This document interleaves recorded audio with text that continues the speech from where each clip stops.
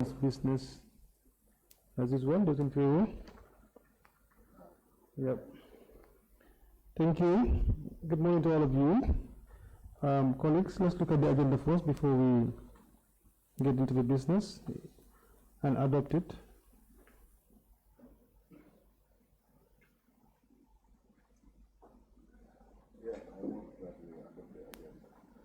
All right. Thank you. Second, it has been moved and second that we adopt the agenda for today. Welcome to another public hearing in the disposal of asset of the former president by the Special Select Committee of the National Assembly today, Tuesday, 22nd of July, 2025. Welcome, Mr. Darboe. I wanted to remind you that you appeared yesterday. You are appearing under oath, and pursuant to the provisions of the 1997 Constitution of the Republic of the Gambia, it constitutes contempt of the National Assembly knowingly withhold, misrepresent, or conceal any information relevant to the committee's work. Since you are under oath yesterday, we will proceed with the testimony for today without any other thing. Counsel, if that is okay, we can proceed because he's under oath yesterday. We can proceed with him today. Yes, Honorable Chair. Thank you. Thank you.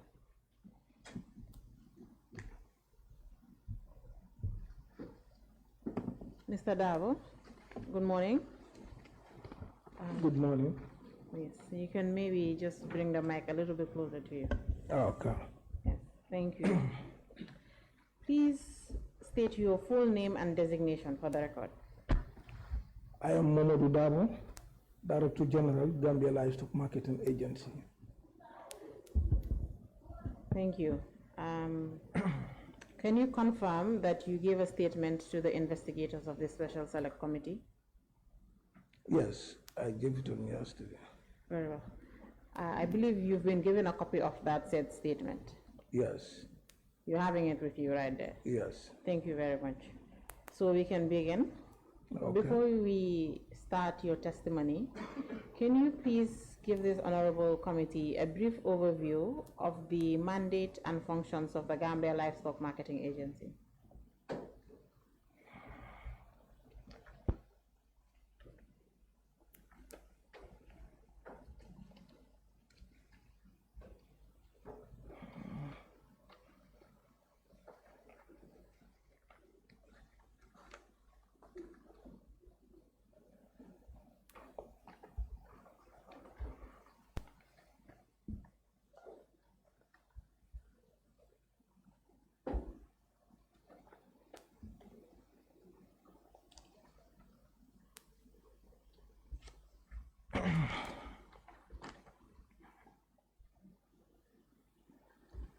Yeah, thank you very much.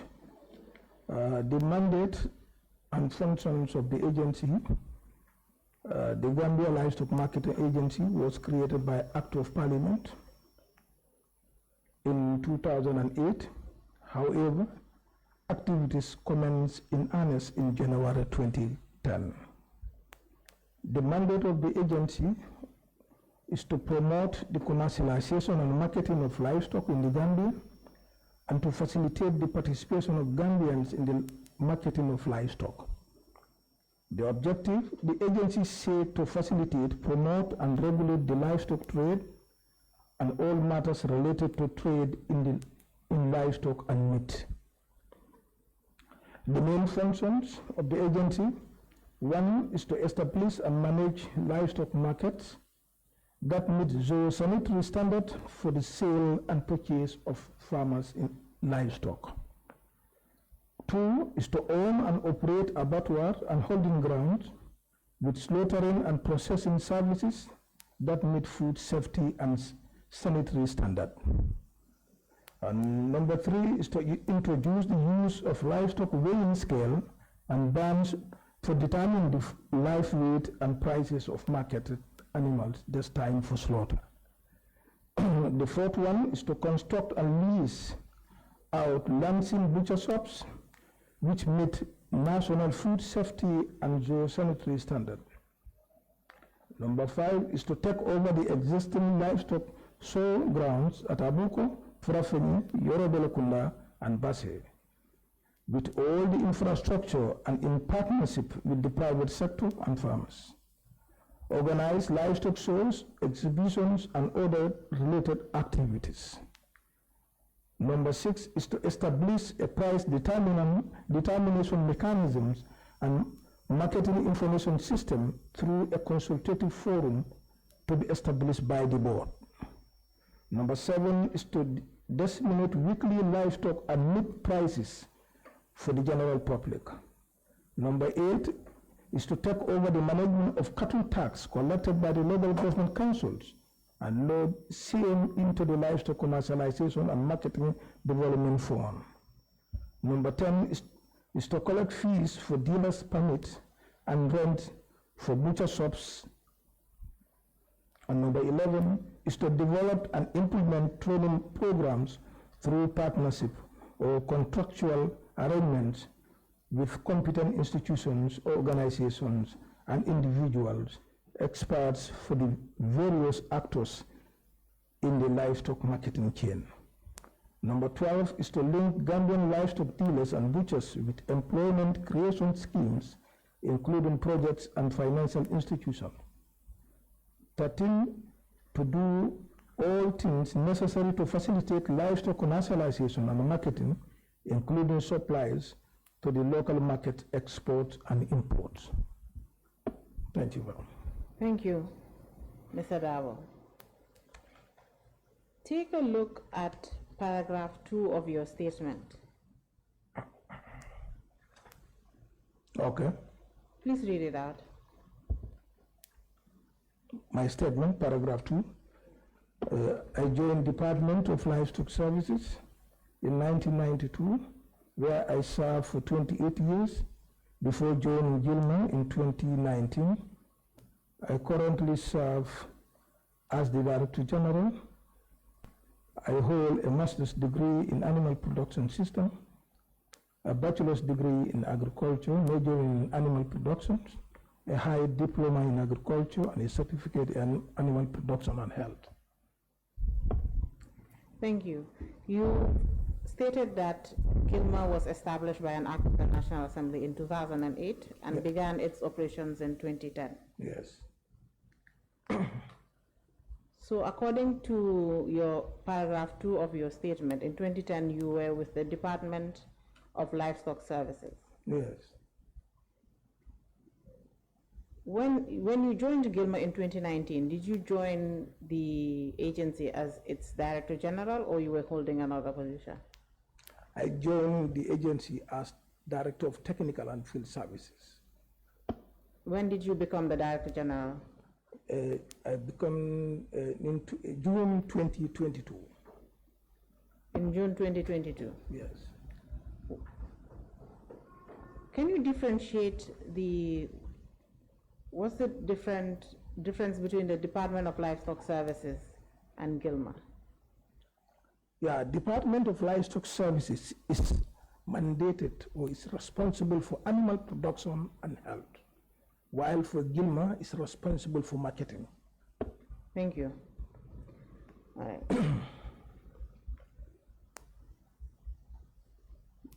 So your testimony today will be focused on the livestock that was owned by the former president and its control post the change of government in 2017.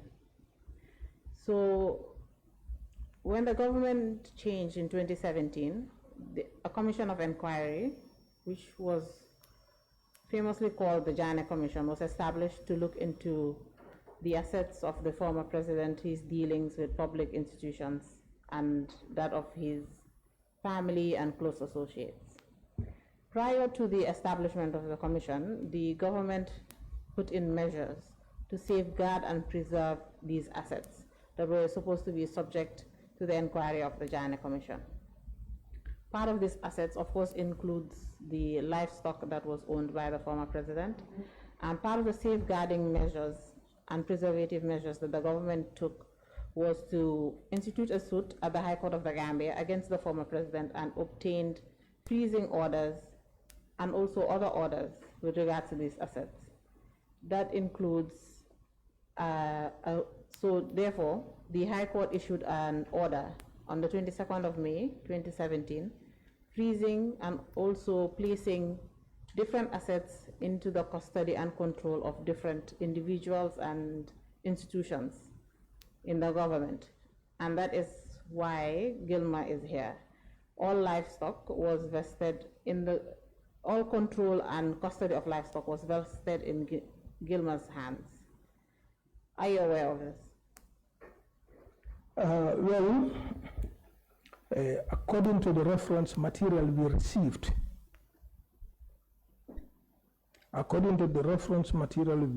or we have seen in our records, indicates that they received first a letter from the Minister of Agriculture indicating them that there was a court order for them to take over all the livestock. But we also, Can you please clarify who them is? You just be specific, please. Be specific. Yes. Yeah, it was on the 2nd of June 2017, the agency received a letter from the Ministry of Agriculture. And I think I submit that one. That letter came from one Ibrahim Sankare. Sorry, Honorable Chair, that letter he's referring to is marked as Gilmer 2.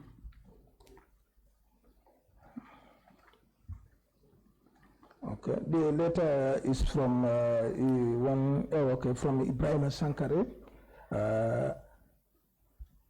informing the agency that.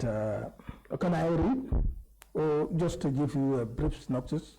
Yeah, no need to read it. It's short, so you can just. Yeah, then receive a letter from the Minister of Agriculture, signed by Ibrahim Sankare, that the agency should take over the livestock.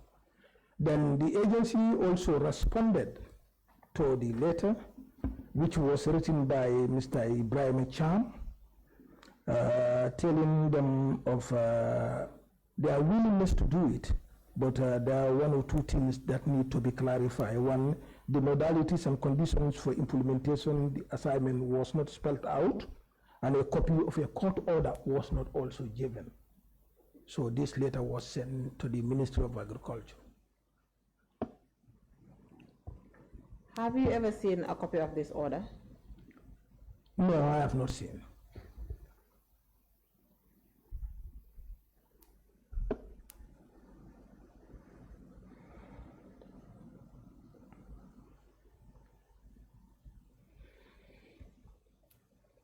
Honorable Chair, we can just give the witness a minute to go through MOJ 5A.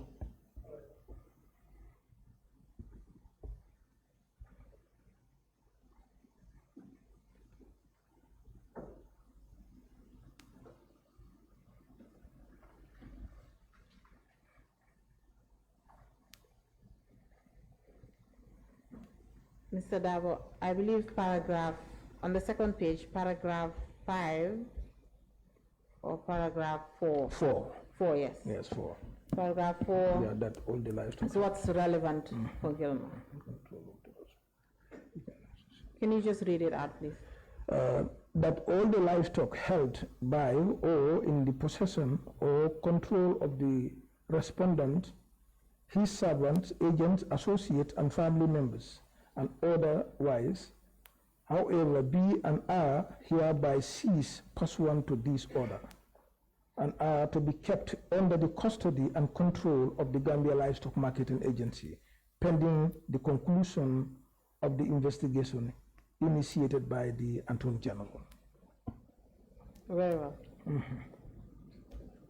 Now that you've taken a look at that order, and you've also mentioned that a letter was received from the Ministry of Agriculture, what was Gilmer's first course of action when it received this letter or learned about this order? Well, what I know, because by then I was not there, but the letters that I have seen, that they respond to the letter, telling the ministry that the court order was not attached. So if it is not attached, then it will give them some issues, and they also attack proposed modalities for them on how for them to operate. After this was communicated, after the reply from Gilmer to the Ministry of Agriculture, did the ministry forward the court order? Well, I have not seen any. Very well.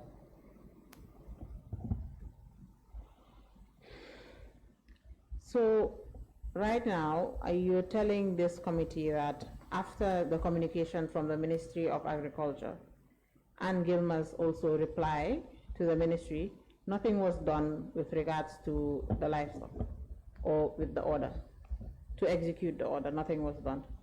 Yes, because if you look at my submission, one of them, the lead counsel in that commission, also wrote to the agency. Sorry, before we get to the commission, you know, this all happened before the commission was established. Okay. The order was obtained before the commission was established. And you can see that your communication with the Ministry of Agriculture was also before the commission was established. Okay. Eventually, we will get to what happened when the commission was established. My question is, after Gilmer was informed about this order, a reply was sent to the Ministry of Agriculture stating that a copy of the order has not been forwarded to Gilmer, but also asking for modalities and conditions for implementing the assignment. After that, did Gilmer try to engage the ministry or even engage the Attorney General on the issues that the order has, on the order of the High Court placing custody? Did Gilmer try to do anything to obtain this order or make any other effort with regards to the livestock? Yeah, thank you very much. Well, it will be very difficult for me to comment on that because I was not there. We were only banking on what we found in our file. Because the other communications they may do may not be written or it's not been filed, so it will be very difficult for me to say anything about it. Mr. Darboe, I understand that you said you were appointed in 2022. Yes, you were appointed in 2022. Yes. But Gilmer is a state agency, yes, and we expect that there are records. Records of anything that the agency does is supposed to be kept. Okay. And we also have given you enough notice with regards to the work of this committee. So we expect that at least you would try to look into your records, which you said that you have done, but also do your own research. Right? That is what we expect. So therefore, we understand that you are not there. We will get to a point, if we need to get to the point of your predecessor, then we will get there. But to just answer the questions as much as you can and be clear. We do already understand, you've stated this already, that you are not the Director General at the time. So to gain more clarity, who was the Director General of Gilmer in 2017? In 2017, it was late Bakari Baji. And at the end of, by December, I think something like Dr. Jallo came. But for the rest of 2017, it was late Bakari Baji. Thank you. What is Dr. Jallo's full name? Dr. Jallo is Dr. Demba Jallo. Okay. Thank you. To the best of your knowledge, was the entire management of Gilmer aware of the court order? I know you said that the court order was not given to Gilmer, but were they aware that there's a court order that exists that is related to Gilmer, has spelled out paragraphs that are spelled out for Gilmer to take custody of the assets? Yeah, definitely the time we saw this, we know that there was a court order. But the only issue was that we have not seen the court order. I know. My question is, was the management aware Was it only the Director General? Did you try to find out at the time who else, apart from the Director General, was aware of this order at Gilmer? You mean the time you sent the summons to us? No. In 2017, when this letter from the Ministry of Agriculture arrived to inform the Director General about the court order. Okay. After the letter arrived, who else, apart from the Director General, was aware of the court order? It's the Director of Technical and Field Service, the one who is sending correspondence, Mr. Ibrahim Cham. Mr. Ibrahim Cham. Apart from Mr. Ibrahim Cham, is there anyone else? No, I don't know. To the best of your knowledge, was the Board of Directors of Gilmer aware of this court order? Well, I think they should be, because for me, as the DG now, any information that I receive, I communicated to even this one, this one, everything I communicated to my board chair. So I likely he should be informed. And who is your board chair? Currently? Currently, yes. Is this Ibrahim Cham. Who was the former director of Technical and Field Services. Is now the board chair. Yes. Thank you.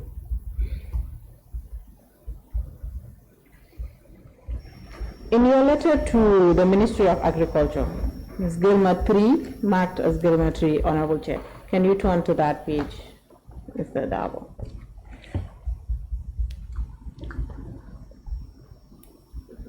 Paragraph 1 states, the modalities and conditions for implementing the assignment was not spelled out in the letter.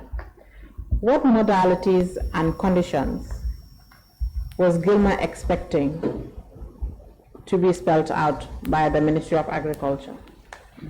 Have you seen the letter? You need a copy? Yes, no, I've seen. Okay. The modalities is attached. That's the proposed modality, where he is on top. They said court order for the Gambia Livestock Marketing Agency to take over the livestock purportedly owned by the former president. Wait, sorry, this is marked as Gilmer 4. Yes.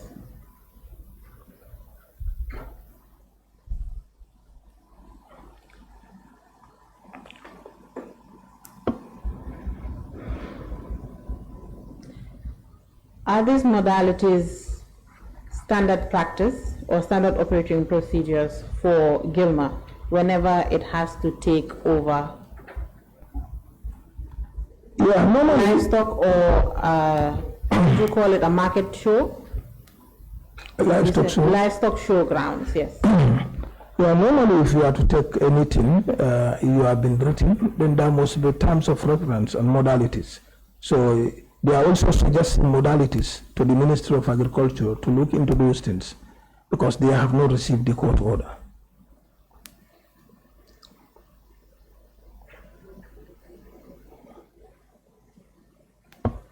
Mr. Darboe, you've now seen a copy of the court order. Yes, yes, I've seen the copy of the court order. To the best of your knowledge, and in your opinion, was the court order not clear enough to state what Gilmer was supposed to do? Why did Gilmer need to ask the Ministry of Agriculture for directions or proposing modalities? Yeah, thank you, Ron. Yes, the court order is clear. If you have received the court order, is clear completely. But for me, my suggestion is, because they have not received the court order, they are now proposing modalities to the Minister of Agriculture. Because if they have received the court order, they will not propose anything. They will act accordingly. But it was clearly stated that they have not received the court order. So in response to that, that's the time he also proposed these modalities to the Minister of Agriculture, to the best of my knowledge. Because if they have seen the court order, obviously they will not. They will act accordingly, but they have not received. That's my humble opinion. Very well. So, to the best of your knowledge, again, does not receiving the court order justify Gilmer's failure to take custody and control of these animals?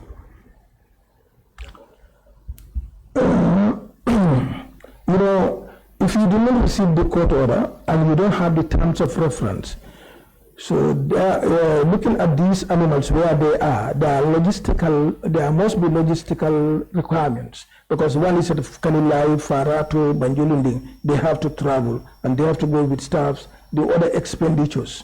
So any money you spend in Gilma, at the end of the day, will be audited by the National Assembly. So if you don't have any supporting document attached to that, they will query you. So that's my own, that's, for me, maybe that's why they have not, at that initial stage, then they respond to the ministry.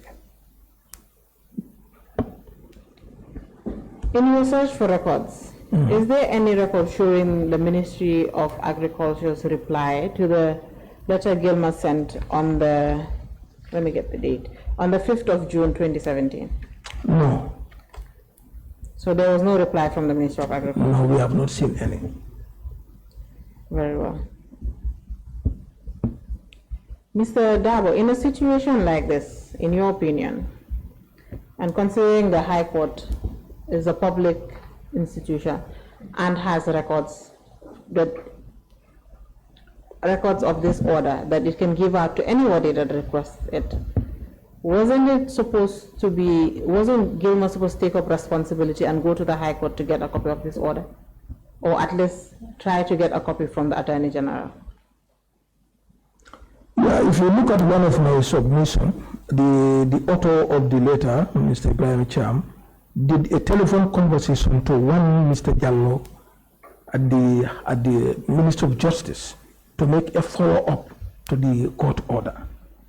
So that means that they were willing, and I think he has already gone there to discuss with them.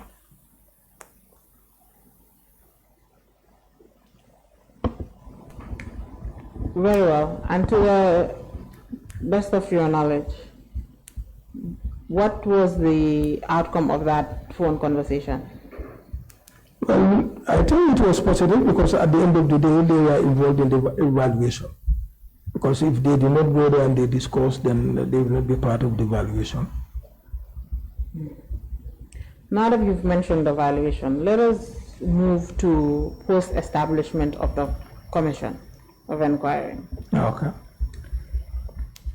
After the commission was established, from the records, it shows that the commission did write to Gilma seeking for an update, as it should, because from the court order, Gilma should have already, at the time the letter was coming from the commission, Gilma was already supposed to have custody of the livestock, right? Yes. Good. Do you have a copy of that letter with you? Yes, I have the copy. You don't have to read out this letter, but can you just tell us what the genesis of this letter was? Yeah, the letter that was sent to the ministry from the lead counsel was to give them the entry report of the livestock under their custody. Please continue. Yeah, so the letter that they received from the lead counsel by then is for them to give them an entry report of the livestock that's under their custody. Okay, and did Gilma respond to this letter? Yes. What was Gilma's response? You don't have to read it, you can just summarize. This is Gilma 6, by the way, Honorable Chair. Yes, they responded. One of them is that they are willing and committed to do the work, but they want them to give them terms of reference and also logistical modalities.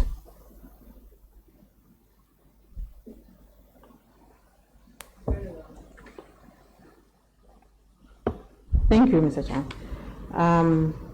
You've mentioned the valuation.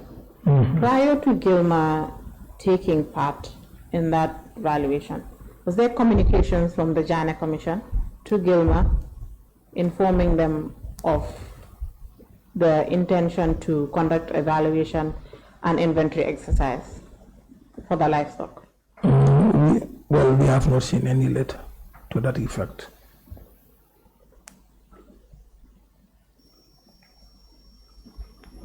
So there is no communication from the Janneh Commission regarding valuation and tagging and inventory?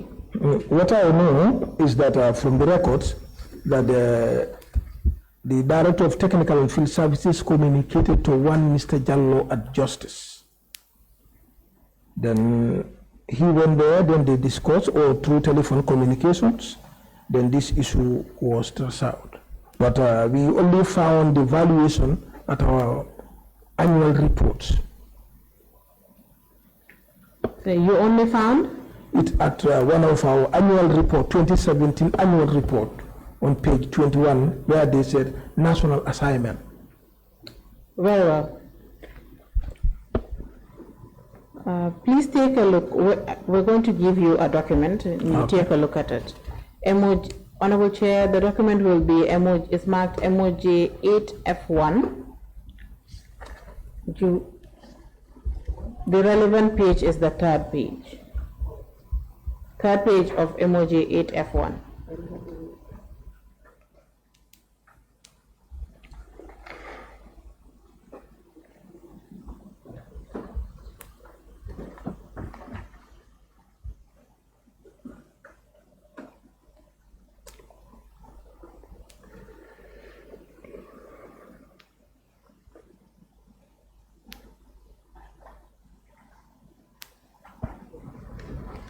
It's not enough.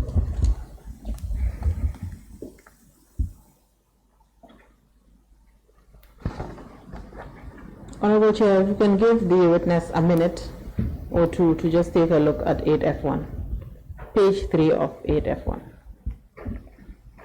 Mr. Darboe, it's already open to that page. Yes. Good. You can just take your time and look at it. Okay.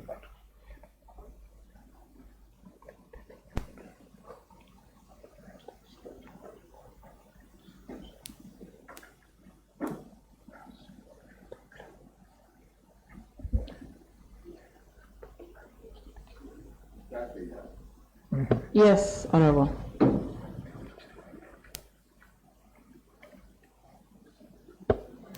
It is an order of the Commission of Inquiry regarding an interim order regarding the livestock. You found it?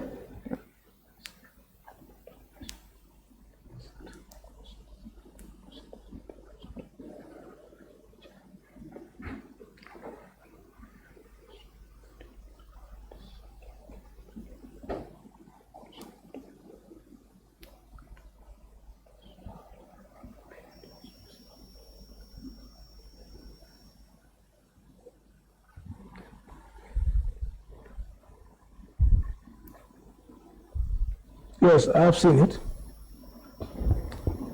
Very well. So the order, second paragraph of the order is stating that Gilmer had failed to take custody and control of the livestock, thereby leading to consequences which are stated in paragraph B. Can you please read out paragraph B? The Registrar General report addressed to the Chief of Defense Staff containing allegations that one Major Janneh has slaughtered 400 cattle for unknown purpose. Mr. Darboe, this is one of the consequences of Gilmer's failure to take custody and control of the livestock, with accordance to the order of the High Court issued in May 2017. Prior to today, before reading this order, were you aware of such a consequence? No. You will agree with me that such a consequence is coming about due to Gilmer's failure to take custody of the livestock. Yeah, if you read this order, it's in reference to the letter that was wrote by the then Director of Technical and Field Services on the 11th of October 2017, notifying them that they regret to inform them that they could not implement the court order because of ABC being stated on the letter.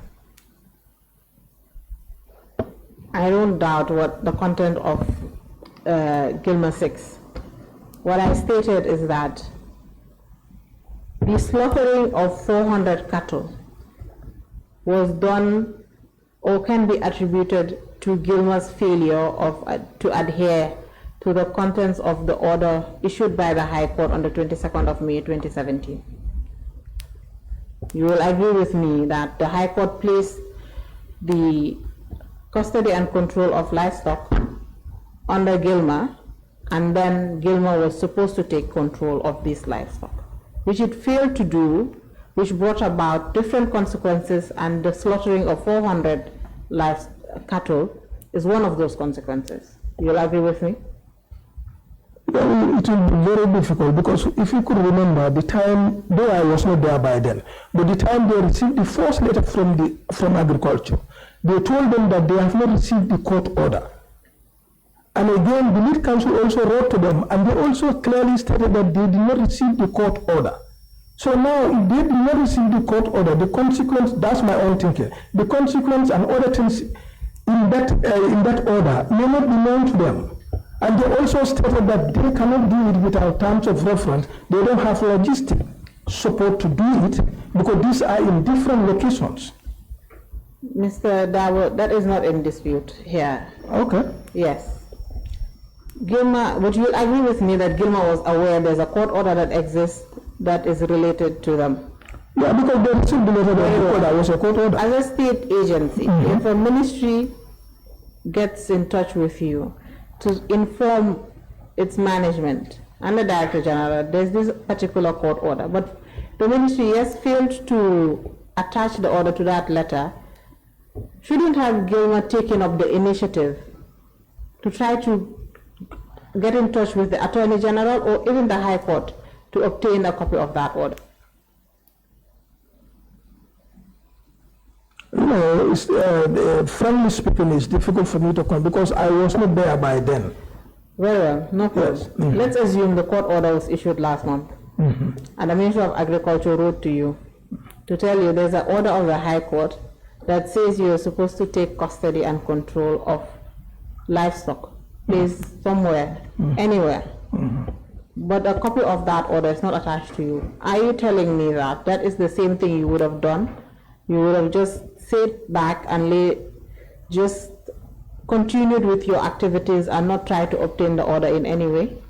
I write to them. I will also call them. They can even send it through WhatsApp. Then we see, oh, I can come to Banjul, then have the access to the, if they have the court order with them, if it is me. Thank you. That is what I was looking for. Because as a state agency, you cannot state that, yes, Ministry of Agriculture informed me about the order, but then an order was not given to me, therefore, there's nothing I can do. Had the order been obtained by Gilmer itself, had taken the initiative to go and obtain this order from the High Court or from the Attorney General, then issues such that are highlighted in the attachment to Gilmer 3, sorry, let me get the, yes, Gilmer 3, then all the consequences that followed in Gilmer's failure could have been avoided, isn't it? Yes. Thank you.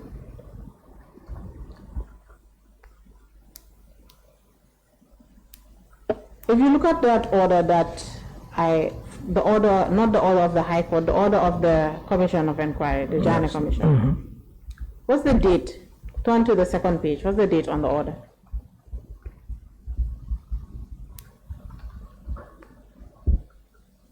Okay.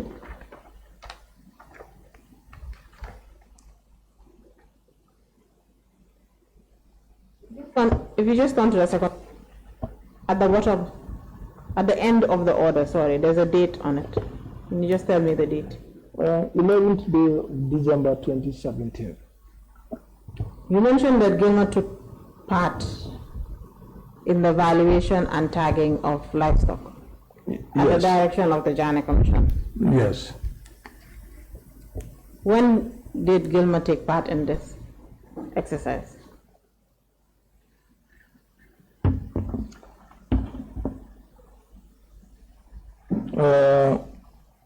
According to the assignment, okay, it was on Sunday the 24th to Saturday the 30th December.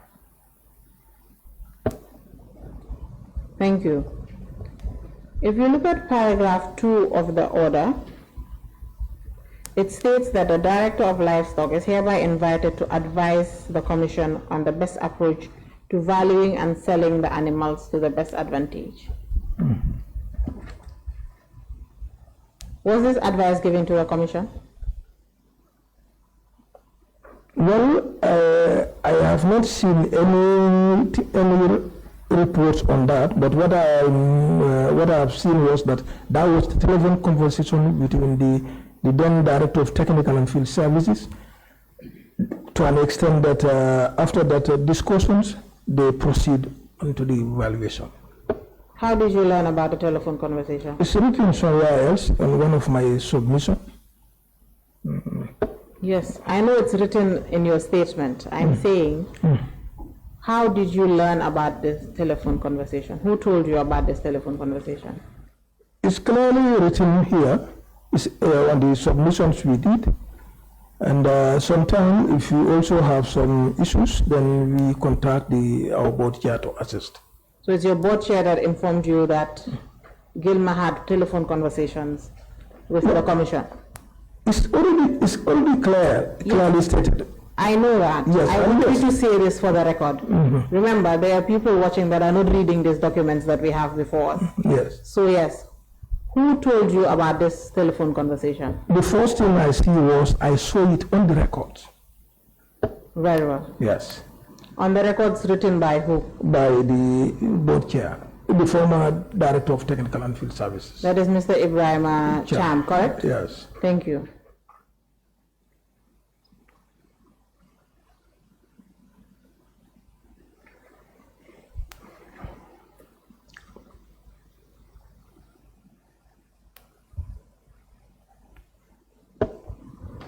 So now we are going to tagging and valuation and the steps Gilmer took in taking part in the tagging and the valuation of the livestock. So I believe you have there's a short report that you have. Maybe you can now just bring it out. We will get to the report very soon. From your submissions, there's a report, there's a comparative report.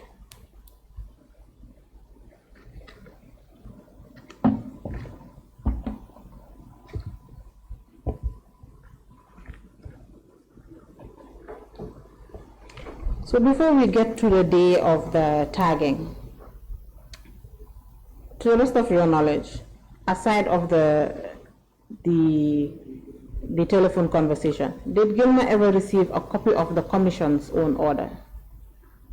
That's the order you were looking at, marked MOJ F3. That's the third page of MOJ F3. To the rest of your knowledge, was Gilmer ever given a copy of this order?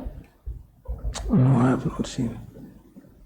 So Gilmer was not given a copy of this order? Well, in our records, for me, I have not seen any. Very well. But Gilmer decided to adhere to the order of the Commission, to take part? Yeah, because due to their telephone conversation he has done.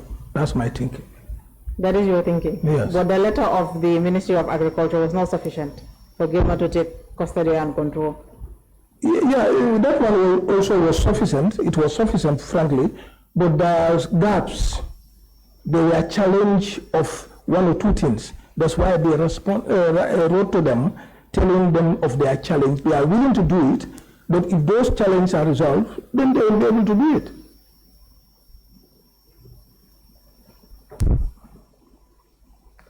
Noted.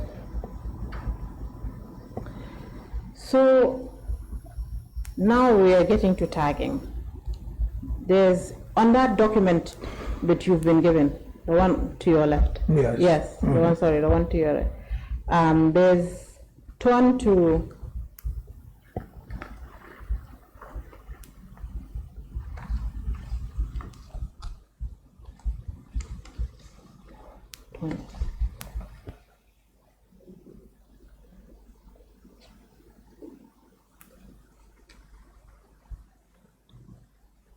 Turn to emoji 8F4. You're at emoji 8F3. So just keep on turning. 8F4, yes.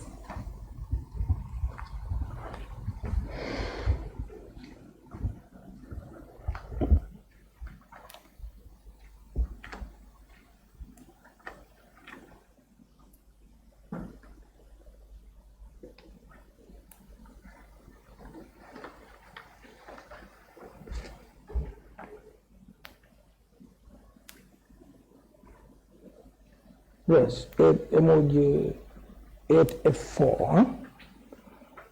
Yes. Yes. So emoji 8F4 is livestock tagging budget. It has listed the people that took part in the tagging exercise. It states number 2, Deputy Director, Livestock. Okay. Who was the Deputy Director of Livestock at the time?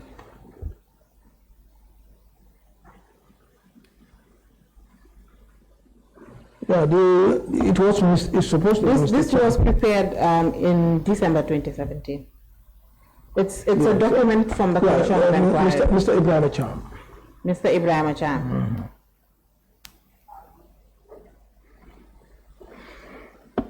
So according to this budget and according to your statement, 5 individuals from Gilmer took part in the tagging exercise, correct? Yes. Thank you.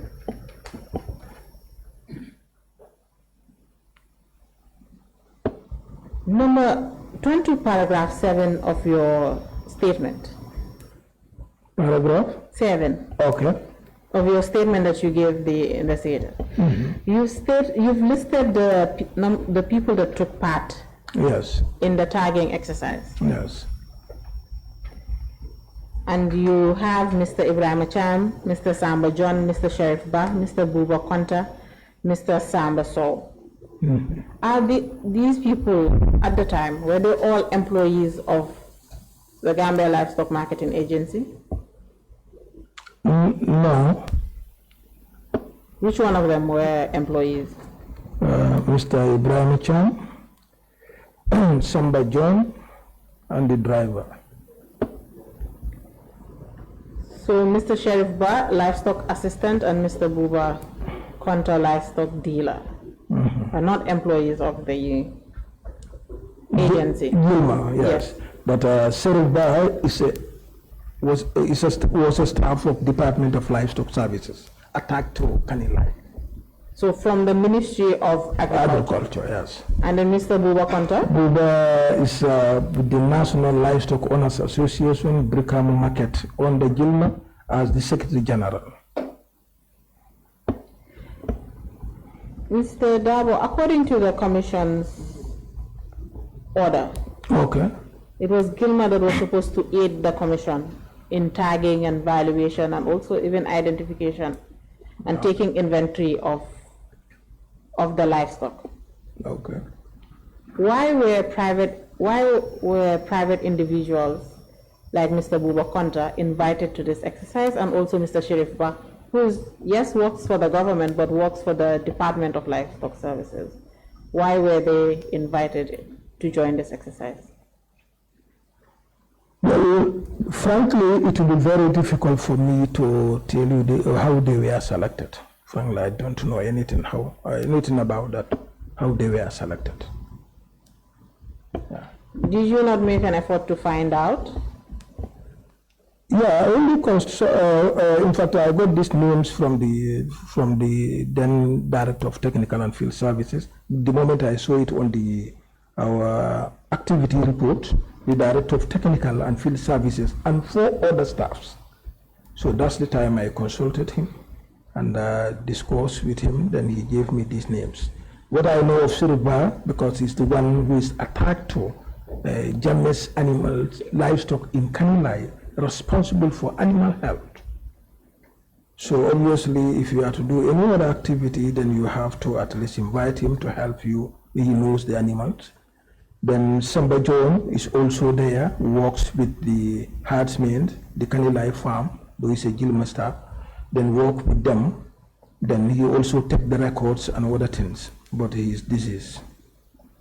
Buba, what I know of Buba, is literate, is into marketing, that's his life, buying and selling, livestock dealers are buying and selling. He can also be there as a guidance to help them. Mr. Darboe, in your opinion, Mr. Buba Konta being invited to take part in the valuation exercise, is that not a cause for concern for Gilma? That a private individual is invited to join a valuation exercise that was ordered to be done by a commission of inquiry issued by the president? Well, it's difficult because at that moment I was not there, but I think the reason they select him is to help them because he's every week, every day is in the market. He's a dealer. He'll travel to the weekly markets, buy animals, sell animals. So obviously he has the first-hand information on pricing. He can guide them. I think it's only for guidance. In your opinion, is that not a cause for, in your own opinion, now I'm not talking about the mind of Gilma in 2017. In your opinion, is this not a cause for concern? That the government is doing something and now a private cattle dealer is invited in the valuation exercise? Remember, before you answer my question, this man sells and buys cattle. Now he's here to come and take part in cattle that is being held by, cattle that was owned by the former president and now essentially at the time being held by the government.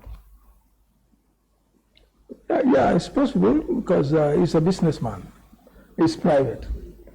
If they are to select only governments or Gilme staffs, definitely he should not be there. But I was not there by then. I don't know exactly why they select him. Yes.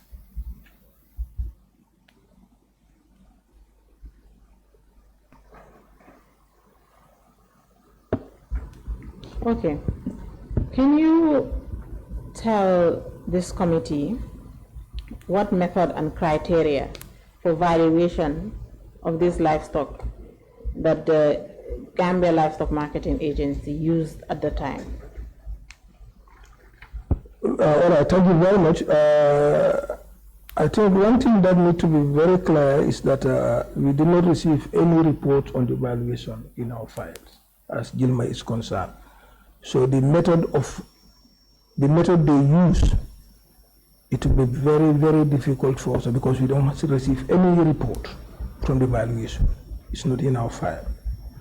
The little that I made mention here is just through my Discord, because I was also concerned the time I saw the valuation written here in the activity report and submitted to the committee. I know that at least one or two things people will be able to ask certain questions on that. But definitely we have not received any reports. What I was told that it was categorized into small, large, medium, extra large. Those are the process that they use and they were tagging, but because some animals were aggressive, they find it very difficult now to restrain them and tag them. So what they do now, they have to categorize them into these, well, as I said, small, then they bought paint, different colors, paint. They bought? Paint. Okay, paint. Yes, okay. Different colors. And have a long stick where they tied clothes.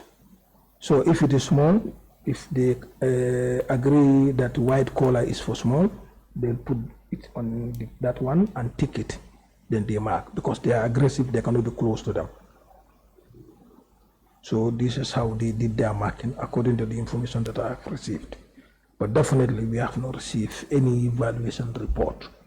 What we were told is that the commission was the one responsible for the report. What we were told was that the commission was responsible for the for reporting. Well, as a livestock marketing agency, Does Gilmer have any set criteria that it uses to value livestock? Yes, there are, but the problem is that if you are able to restrain the animals, then you will be able to do some of those things. So, because you can have the weighing scale, then you know their weight. Mr. Darboe, I'm not asking about what happened in 2017 now. Currently, Gilmer, does it have a set criteria it follows when it's valuing livestock? Yeah, the set criteria one we look at is that the age, the weight, you understand, and we also term the kilo in terms of monetary, 1 kilo, what will be the cost. The after slaughter and other things, those ones are also calculated. So we put into consideration in some of those things. So when you say kilos and the price of the kilos, what exactly do you mean? For instance, now, if you weigh an animal and you have 300 kilos, then you'll be able to advise them how much it will cost you. All right. So for today's market price, if you have a cow that weighs 200 kilos, how much would it be valued at? 200 kilos, it will be around... For today's market price? It will be more than 100,000. It will be more than 100,000 dollars today. What is the market price for a kilo of a cow now? Kilo now for it's around 400. Around $400. Do you know how much a kilo was costing back in 2017? No, I don't know. I can't remember because I was not around. I was not in the country. Okay, no problem. According to this committee's third witness, who was a former secretary of the Janneh Commission. Okay. He took part, the commission of course took part in the valuation and tagging exercise, and he was present. And according to him, the personnel from Gilmer were eyeballing the livestock and giving prizes, valuation prizes. Is this something that Gilmer does often, to eyeball cows, is it ram, whatever livestock it is, and to place valuation price on it? Is it normal practice? At times, but it's not often. At what times? Normally, we look into some of those things when the ram sale is fast approaching. You said for what? When ram sale, Tobaski ram sale is fast approaching, the animals, when the animals come, then we assess them and, in order to set prices. And you just eyeball the rams? No, well, for me, frankly, I was not there to do, to say for such. It will be very, very difficult for me because the procedures they use to do all those things, definitely, it will be very difficult for me to comment on that one. But I know there are procedures if you want to set price. Yes, you have to look into those, the body conformation, the weight, yeah, you understand, then you look into all those things, you weigh it, then you can come up with. But they were challenged according to my submissions, the data that we are receiving. Maybe that's why they do that. But definitely, I don't know exactly what. Does Gilmer have its own weighing scales to weigh animals? Yes, there was a time we have weighing scales, but now we don't have. Because all the markets are now a little bit privatized. If we construct market, we hand it over to dealers. Then we give them weighing scales for them to use. We train them on how to use it. So if Gilmer was tasked today to value animals, it would not have weighing scales? Of course we have, they're in the markets. So you'd go to the markets and take those scales? Yes, they're in the markets. You can even use the weight brand. No, there is another one that you can use. Then you just tie it here, then you will know the kilo. Then that will help you to do. Very well. So according to our third witness, it said the criteria one of the criteria that was used by Gilmer, apart from eyeballing and placing a price, is calculating meat value. So is meat value the same as kilo value that you were telling us? Yes, the value, it, so that at least you will be able to know. Because if you know the kilo now, at the end of the day, you can do the meat value. Then after that, then you will know that at least this is going to be the cost. That will determine you on how to do it. So meat value is different from the kilos? No, it's the same. It's the same thing? Very well, thank you.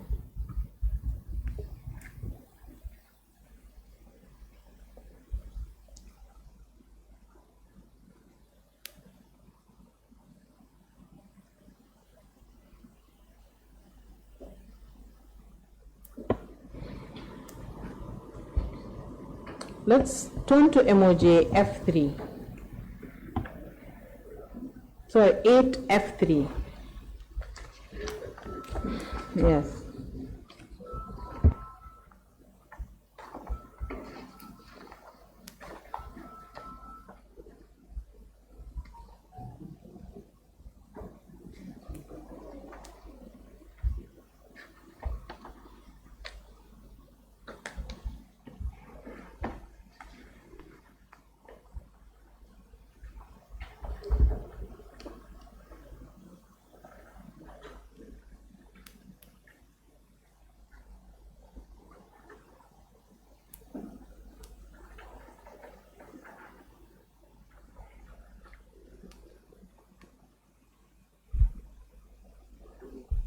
Apologies, sorry, it's 8F4. Yes, second page.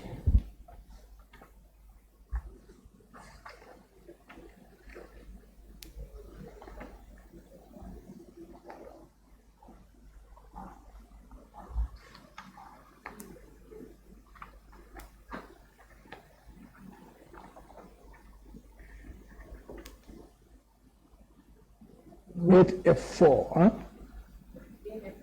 Okay. 8F4. Okay. Yes, let's stick to the first page before. I know I first told you to look at the second page.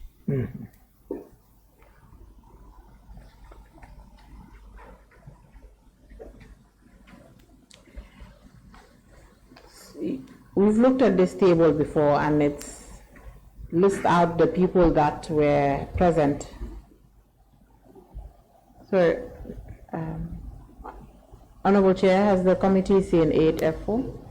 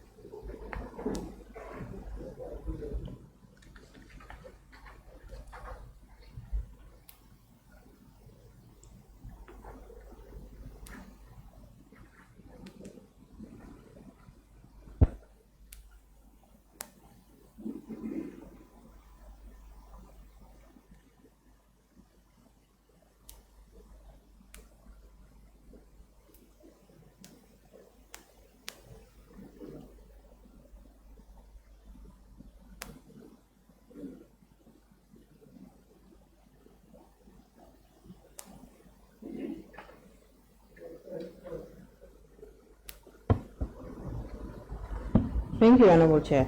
According to that list, Mr. Darboe, Yes. there were vets, a veterinary was present at the tagging exercise. Okay. Does Gilmer have vets working with them? No. No vets. And trackers, is it possible that the personnel from Gilmer are the ones being referred to as trackers?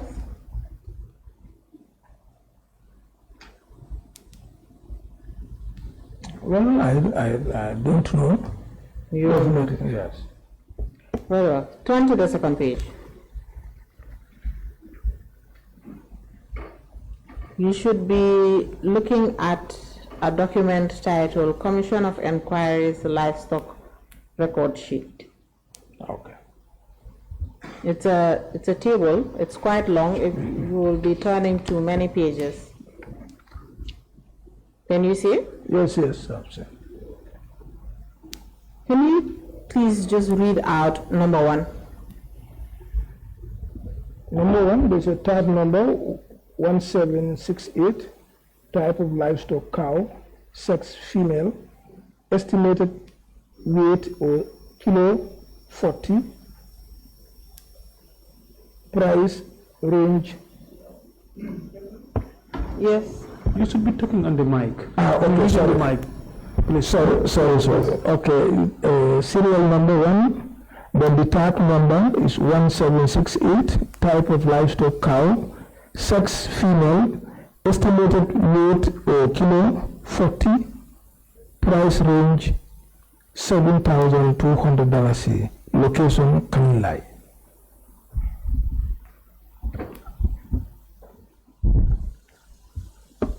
Thank you. Please go to number 28 at the bottom of the table. Okay, that one, the tag number is 7648, cow, female, and the estimated weight is 110, and the price is $19,800. Kanilai. Thank you. So, just one quick question before we move on to the other parts of the questions that we have for you. In today's market price, how much would a cow, female cow, weighing 110 kilos cost?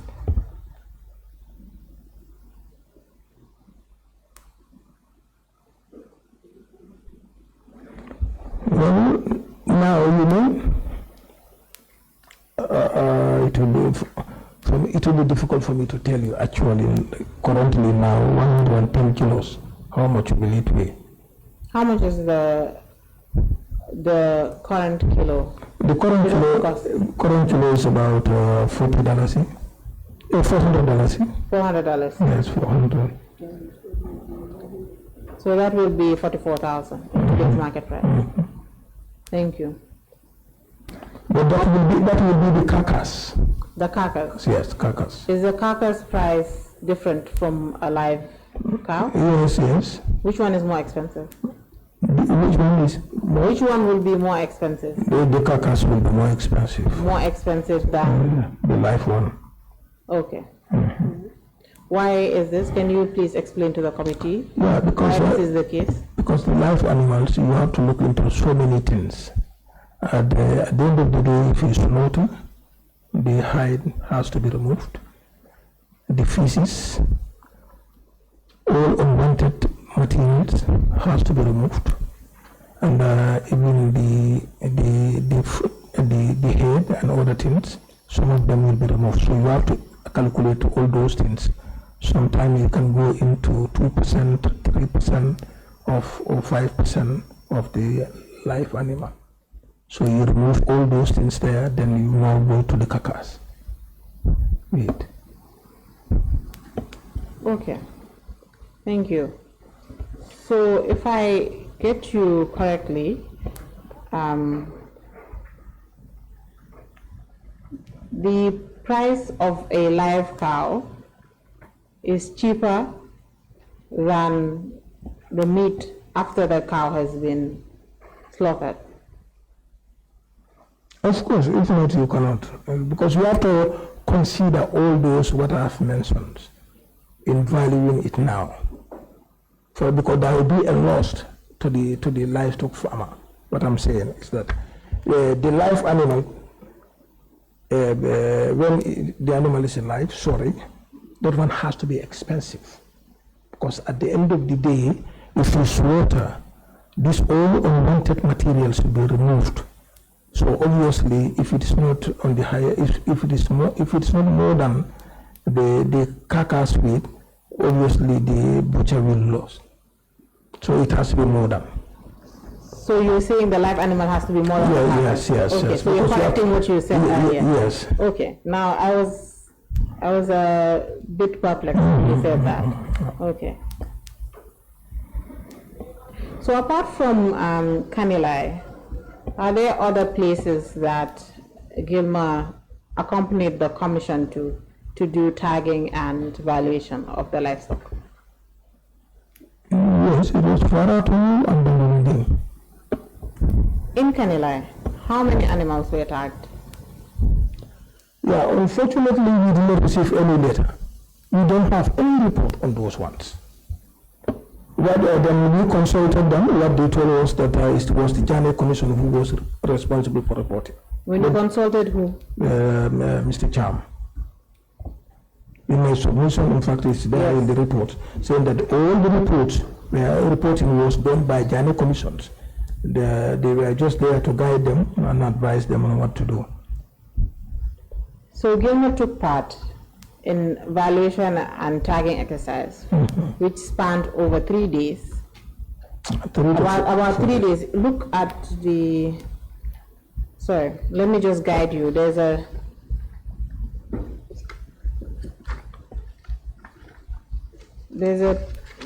table with the dates.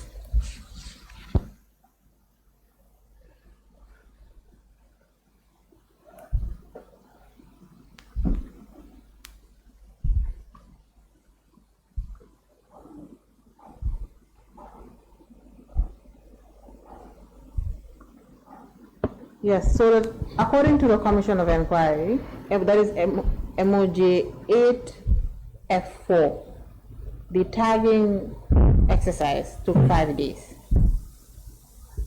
So Gilmer spent 5 days conducting tagging and valuation exercise, accompanying the Commission to 3 different farms to tag and value the livestock there.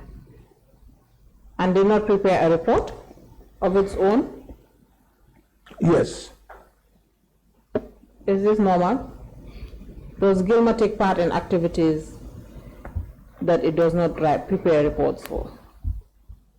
Of recent, now, for us, if we involve in any activity, we write reports.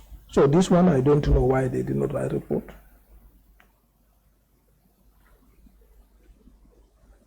Very well. So,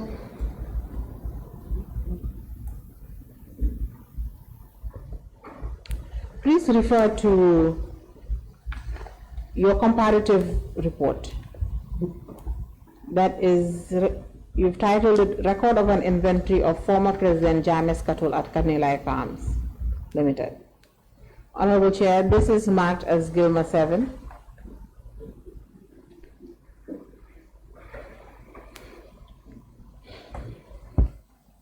Are you there? Yes. Okay.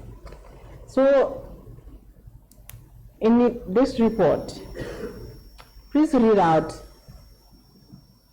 line 1 of the table, that is Kanilai. August 2016, done by GLMA at Kanilai, they found 1,476.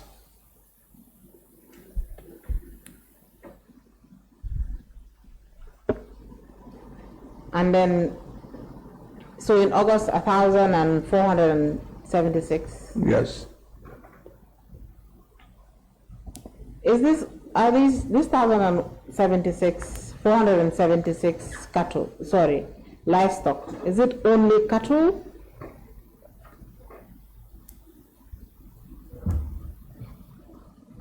They're only cows? Yeah, cattle, yes. Okay. From your records, were there any other livestock in Kanilai back in 2016 other than cattle? No, this is what I have seen. This is the only record you have at Gilmer? Yes. So in 2017, in December, how many of that 1,476 livestock was left in Kanilai? 560. 560. Please go to Farato. Farato, 2016 was 1,200. And December 2017, done by jointly with the Commission, 56. Banjulinding? Banjulinding 780 in 2016, and December 2017, 22.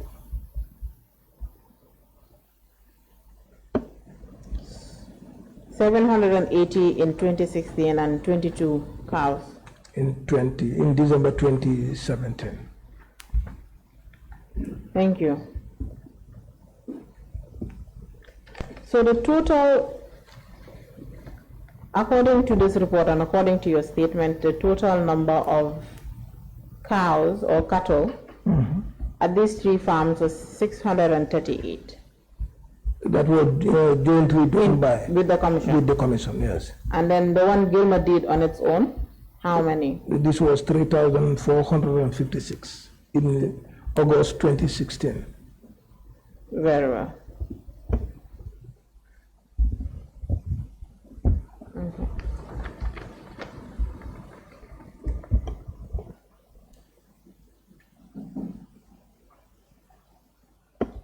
To the best of your knowledge, can you please inform this committee what you think is the reason for this stark and huge difference between August 2016, 18th August 2016 and December 2017 for all these farms? What can possibly be the reason for the depreciation? Yeah, when this August 2016, Biden, the former president, was in the country, responsible for his cattle. Now he left 12 months, he's not around, anything is possible. What do you mean by anything is possible?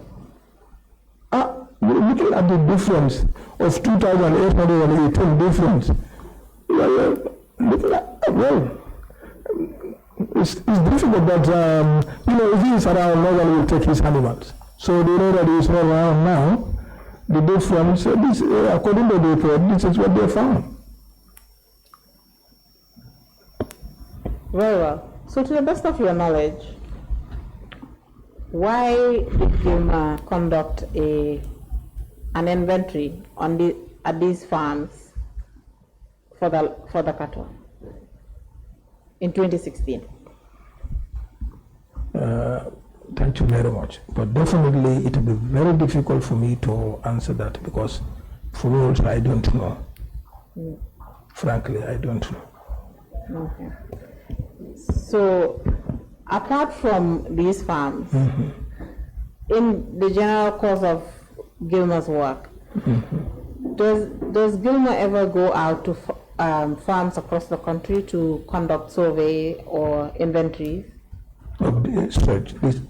Of the livestock? No. Normally we do conduct, Department of Livestock Services conduct livestock census where they will count animals and have. But apart from that, for Gilmer to go around the whole country to, no. So this is totally out of Gilmer's mandate?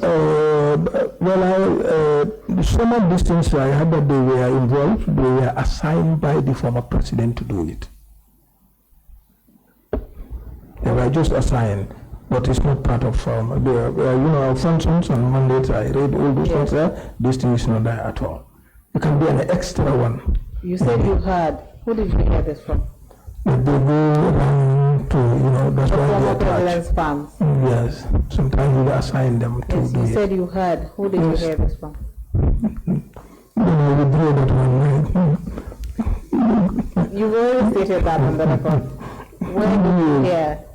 Since it's outside Gilmer's mandate, but Gilmer was still doing it, so how did you receive this information?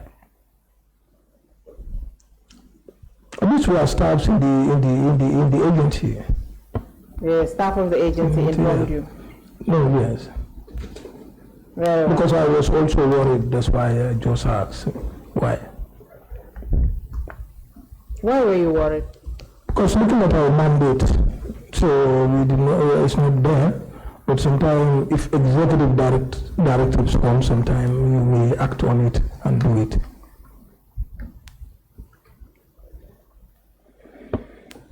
Thank you. To the best of your knowledge, did Gilmer take part in the sale of the livestock? No.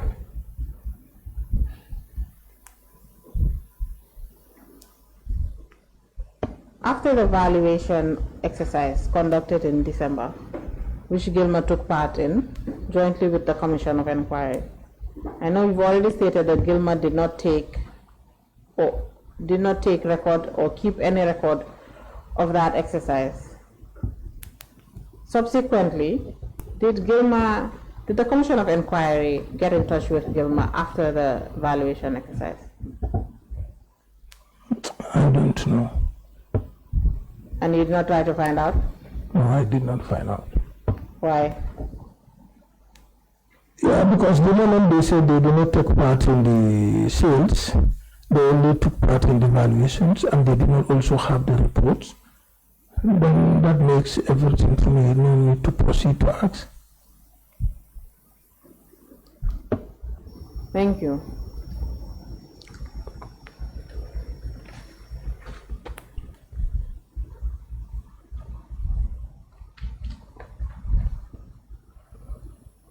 Apart from the documentation that you have submitted to this committee before your testimony here today, is the agency in custody of any document regarding livestock of the former president?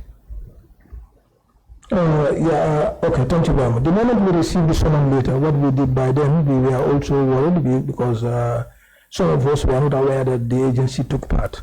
So we went into our files from 2010 to date to check. The correspondence, we only got two, one from the ministry and one from the lead counsel. These are the two that we received. We have shown one from the lead counsel and one from the ministry. And then later we realized that our activity report 2017, we also have one there.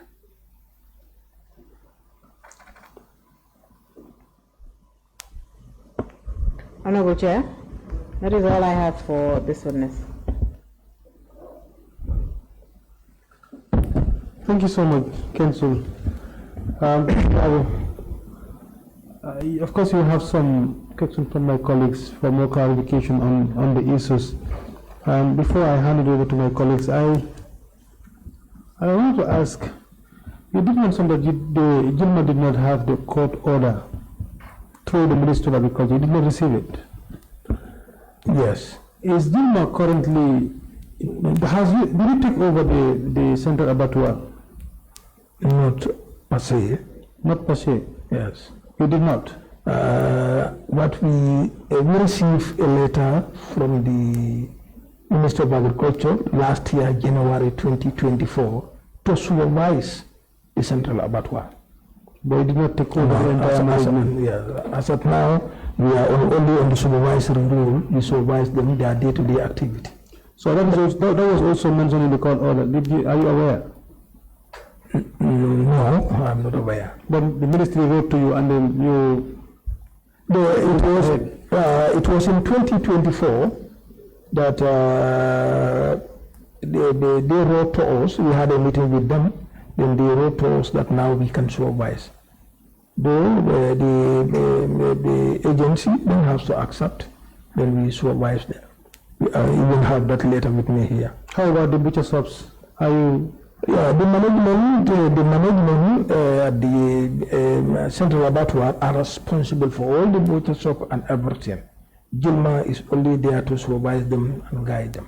At the end of the day, at the end of every 3 months, we write a report, present to the board, where the permanent secretary, Minister of Agriculture, is about. How did you come to the conclusion that you accepted the letter from Minister of Agriculture to supervise the central abattoir and refused to take the order of the court to take care of the cattle from the former president? How did you come to that conclusion? You know, this one, the moment we had a meeting with them at the Ministry of Agriculture, but the current management. But they wrote to you?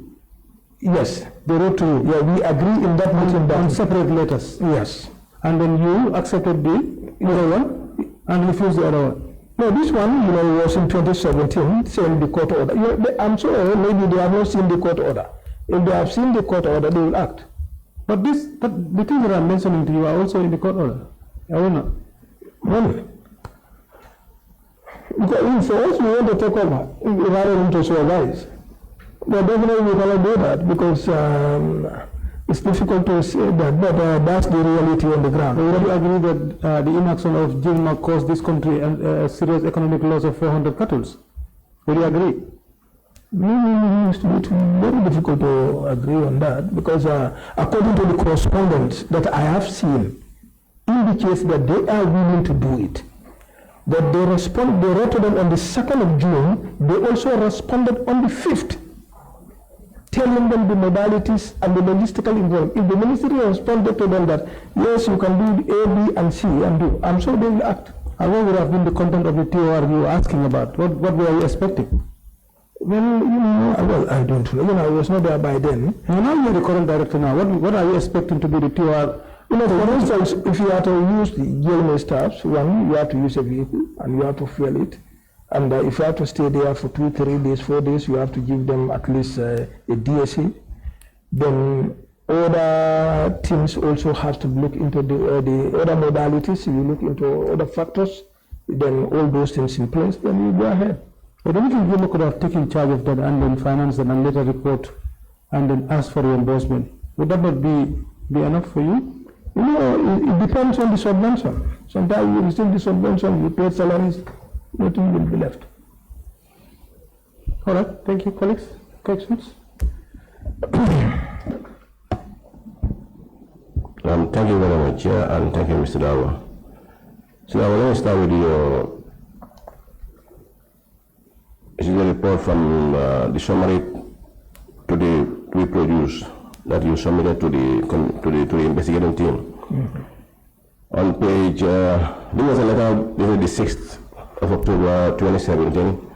Well, you know, there's no page, but it's about 1, 2, 3, 4, the 5th page. Yes, on the 6th of October? Yes, 2017. Yes, okay.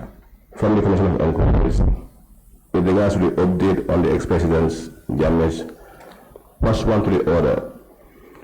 The request about the Commission investigating, they want you to give them an internal report on the livestock under your custody and its management. Were you able to respond to this letter? Yes. Based on what? It was responded on the 11th of October 2017.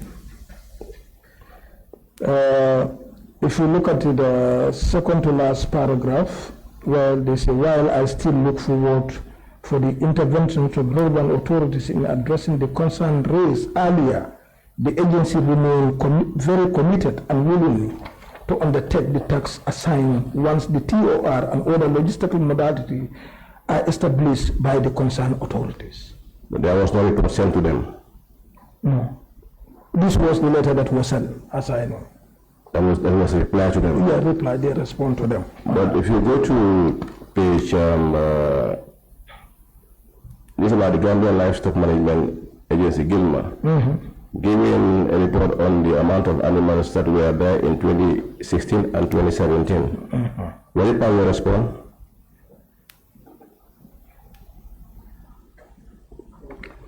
Well, it will be difficult for me, but what I know of this one, during the evaluation, the total number of livestock that was been recorded, that's what it entails.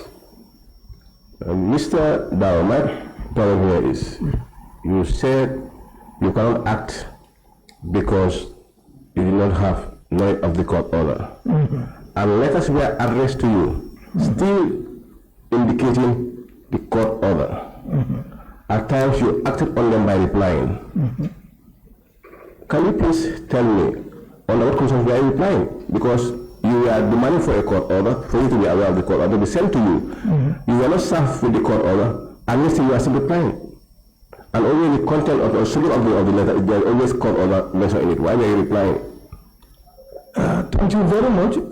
Definitely what you said is right, but it will be very difficult for me to respond to that because I was not there by then. Then I don't know what decision they normally take. If they receive the letter, how did they come up to reply to the letter? because we have not seen anything, any communication on some of those things. So I will do that. It is an office, and an office goes with continuity. Yes. In your absence, there were people who were dealing with the commission. Okay. When you took charge, I think they were able to hand over to you. And when we were to, with regards to this subject matter, we are able to engage and sit with the one who was there and ask him why A, B, C, and D. Yes, I engaged some. This is why we even have this inventory where we have 2016, 2017 data. I got the information from them. I also engaged because definitely the time I received this thing, then I was also worried. So, is Janneh involved in this? Then we went into our records, we see only 2 correspondents. Then we say it's better now, we ask them. But what they told us was that Janneh Commission is the one responsible for reporting. For report writing. They do an activity with them, they write. Those people are the ones who normally do that. For them, they were only concerned that they have not received the court order. Now they respond to the ministry that they have not received the court order.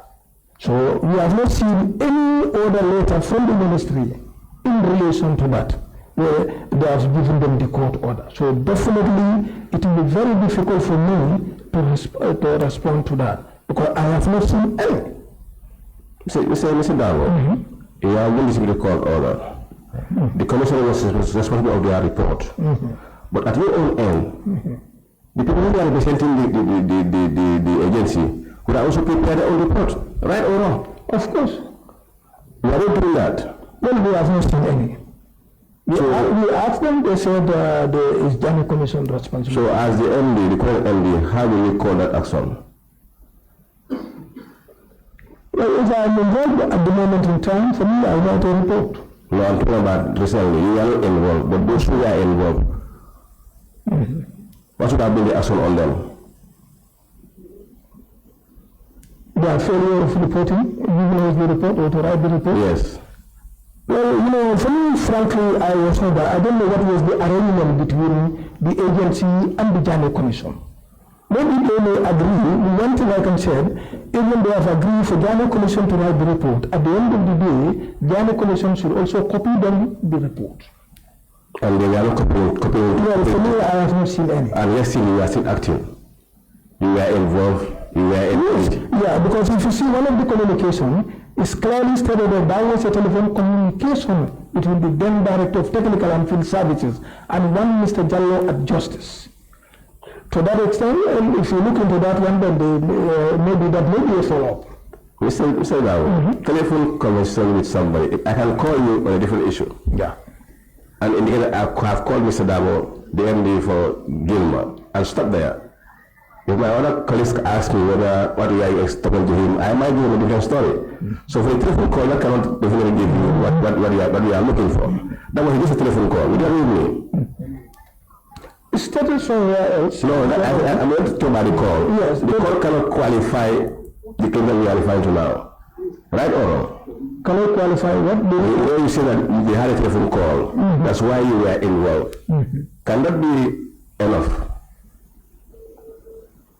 Well, I think what is important, they should have responded to their letter, or they go there in person, talk to them, discussed.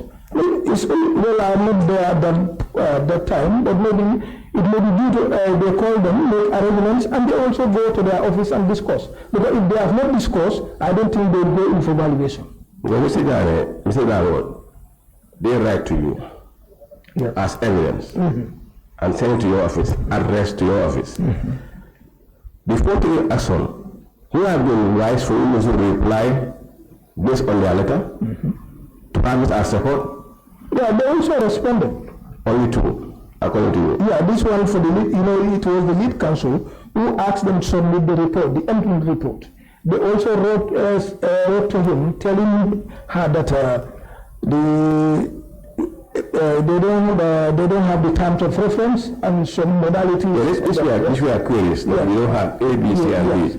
And up till now, those were not sent to you. But upon that, you were active. Yes, that's what we have seen. Yeah, when you said no, we cannot do it because of A, B, C, and D. You acted because you were written to. Of course. Instead of continuing the same claim to say, I cannot act because I am still waiting for what I asked from you, you never did so. But you acted because you were written to. You are with me? Okay, coming to the issue of the valuation, in which your men took part. Yes. In your statements, when you were discussing with the lead counsel, she asked you how you are able to do your valuation. According to you, some of the animals you are able to access them because of they were aggressive. So some of you were attacking them with paint based on colors. You were grouping them based on sizes. And this was how you were pricing them. The first question I want to ask you is, can you tell me the minimum weight of a calf based on your experience? Calf. The minimum. Jaluke or the exotic breed this man has, or what? Okay, the ones that were owned by Janneh. I think these ones were exotic breeds, and they were cow, they were matured ones. And so, can you give me an estimated weight? Well, if it is for those exotic ones, it should be more than 150 kilos above. Mr. Darboe, looking at the report based on the price when they were doing the valuation, we have seen a calf weighing 8 kilos. Is that correct? Yeah, it's possible. There are a lot of issues attached to it. It's possible. It's possible to have 8 kilos. So can you? It's possible. Even for me, some of these things, if you look at it, they say a cow weighing 40 kilos. So you don't know the type of cow. For me, I thought it should be more than that one. You understand, with that price.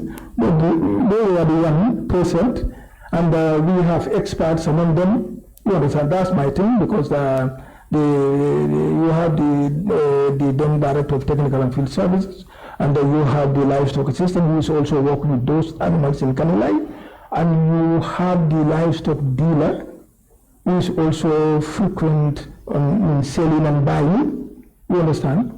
So if they come up with some of these things, you are not there, definitely it will be very difficult for you to comment on that one. Mr. Darboe, I think that is very fair here. Your guys were there. And in 2017, I think there were weighing machines for these animals. Until I find out, but that should be. But what they don't mention was that the animals were aggressive, and they find it very difficult to restrain them. This is what they hope. The animals were very aggressive. They find it very difficult to weigh them. But they were able to paint with what? With a long stick. Fine, with a long stick. Yes. We are only able to use 1 or 2 people that can apprehend very aggressive animals to come and among those groups, among those categories, to at least weigh each, to be specific. Yeah, yes, but I don't know at that point in time why they come up with that idea, frankly. It was deliberate. For me, I will see it as deliberate because this was a big loss to the state. You can only sit and estimate an animal by looking to say it's weighing 8 kilos. And then you give it as a reserve price and a relevant price for somebody who wants to sell outside. In which way we involve in the selling.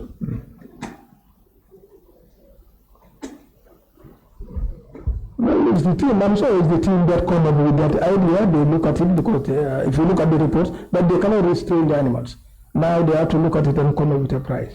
And the issue of that private guy that you said, he's a dealer, who deals in animals, being part of the people who are valuing these animals. An interested buyer, someone who is dealing in animals, will that person give you the right name of the animal? In normal sense, as Gambians, we are here in for the interest of this country. Yeah, of course, he should be honest and sincere to give. if at all that there must be conditions in selecting him, for instance, you will not buy any animal from him, all those conditions are there, then he also become very sincere, then he can guide you. Were those conditions there? Well, I was not there, so it's difficult for me to comment on those things. Mr. Darboe, I think we need to go back and then ask more on this issue because, to be honest, when Mr. Kuran came a third witness, I put this question to him, how were you doing the evaluation? He just said they just look at the animal, hold a calculator, calculate and give a price. You know, normally sit down there and look at it and hold a calculator and give a price. And this was my argument with him. So the same thing that we are also repeating here, that based on their experience, I think for weight, it's difficult for somebody to sit and then determine weight by just looking. And especially when we are doing animal stimulant and we are aggressive. Aggressive animal can be sitting down there looking at that guy over there without even knowing his weight. Not by the look you see that he's weighing more than this number of kilos. So to be honest, Mr. Darboe, your guys owe the state a lot because they cause the state a lot of losses when it comes to these animals. Mr. Darboe, let me go back to this thing, the gentleman's rule on these animals. You said you are not responsible. You are not? You are not responsible of the animals. You are not responsible. The officer is not responsible of the animals. For the Janneh's animal, the cattle, they are under your responsibility. They are under your responsibility. No, I don't. Okay, concerning the number of animals that your guys gave an inventory on, in 2017 they gave an inventory for Kanyanda ABC, and were they able to visit the Sifo farm? That's not included. I have not seen that one. But you don't know whether they were able to visit the Sifo farm? No. And when you came into the office and look at the two areas, or the two dates, October and then December, 2017 and 2016, was there any question with regards to the difference, how it happens? Of course, because if you look at 2016, August, with 3,400 plus, and December 2017, 638, a difference of... A difference of 2,818 was a concern to us. To me. Were you aware of the report of the 400 cattle? No, I just saw that one here. You were not aware? No. Mr. Darboe, I think I will allow my other colleagues to ask you further questions, then I might come back for other follow-ups. Thank you, Chair. Thank you very much. Mr. Witness, can you kindly inform this committee the current population of these animals? Currently now? Yes. No, I don't know the population. Is there not overseen or have not overtaken these animals? Well, initially, your issue was you didn't have a court order and there was no modality. Perhaps now you have passed that hurdle. I want to believe you are fully in charge of these animals. Is there any animal now? Well, I don't know, I'm just asking. You are now answering my question then. Can you give me the current population of these animals? Now you are saying, at first you don't know. Now you are saying, are there any animals? I'm asking, so a question cannot answer a question. Yes, okay, thank you very much, Honorable. The reason I said that because I was told that they sold all the animals. Thank you very much. So now, if you ask me that how many animals are there now, it is... You just give me the answer. Yeah. I just asked a question. I told you, you are informed that all the animals are sold. No, there's zero. Thank you. In your response to the chair, as if you would agree that Dilma's non-adherence to the court order has cost the country a lot of economic losses. Your answer was, it's difficult to agree. Now my question is, it would be difficult, I said. My question now is, difficult as it is, have we now agreed that it costs a lot? Because that answer wasn't, for me, wasn't satisfactory. You always said it was difficult. Finally, we may agree yes, after difficulties. Do you agree or not? At this point in time, I will just say no, because according to the reference material that I have received at the office, based on that, does not indicate that Gilma has caused to that effect. It's just now that I saw this one. I saw this reference material. Yes. But for us, as we are concerned at the office, these are the informations that we have received, and we thought that everything has gone fine. So now, if we have received this one now, it's a cause of concern to us too, because looking at their response, the two response, they were stating their challenges to the authorities concerned to help them to solve those challenges in order for them to avert maybe the losses you are talking of. But I have not also seen any response from those authorities to Gilma. So definitely it is going to be very difficult to agree on that, because for us at the office, we have not seen anything that the losses. It's just today that I saw this one here, frankly. So with the losses we've seen today, will you agree now that? Yeah, the losses I have seen, I don't know the cause of those losses. Okay. The cause of those losses has to be spelled out and know what happened or what relates to some of those causes. Thank you. Thank you very much.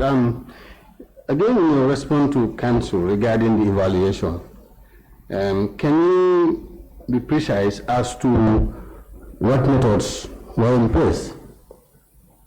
When council was asking you, you did say that there are methods in place.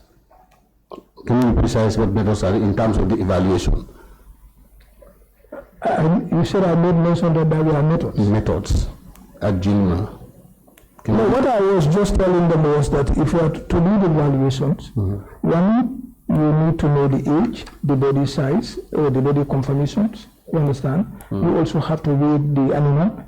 So if you weigh all those things now, then you will be able to determine the price. Okay.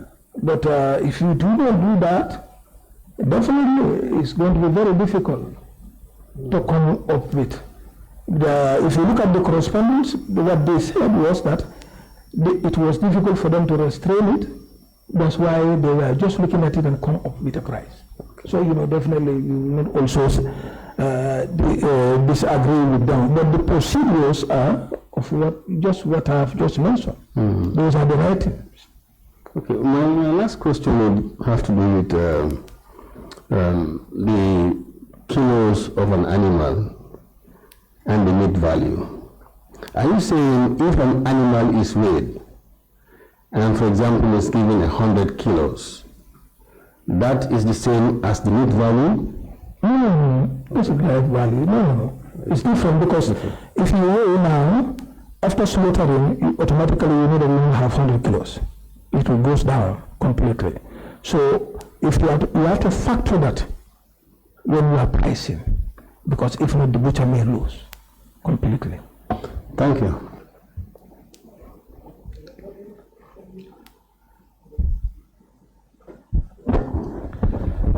Thank you very much, Chair. Thank you, Mr. Darboe, or Director, if I may refer. My question will be looking at the number of couples. Looking at the figures you have given,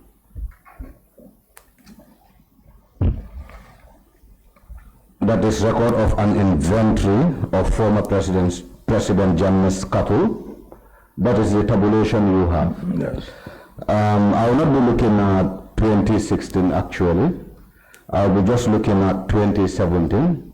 That is to say, the 638 that was jointly reported through an inventory by your office and the Janneh Commission, if I may be right, against the number that was also reported by the Janneh Commission with a figure of 724, 24 I have, against the list that we have before us. Because the list that we have before us, that is on the vehicle assessment valuation report on vehicles acquired by ex-president, that is this document, right? Okay. That is MOJ 8F3 or 83F. If you are able to count on what is on that list, we have about 617. Within these three figures, what clarity can you give to this committee in terms of the heads of cattle that the former president has at his custody? Yeah, thank you very much. As long as Janneh is concerned, we'll only bang on the report that we have received. This is what we found, that is 638. And this was given to us by someone who took part on this activity. So now, I just want us to be a bit formal in terms of what we can believe in. The 638 that you got from your source contrasts to the 724 cattle that were reported by the Janneh Commission. Within these two figures, what do you think one could rely on?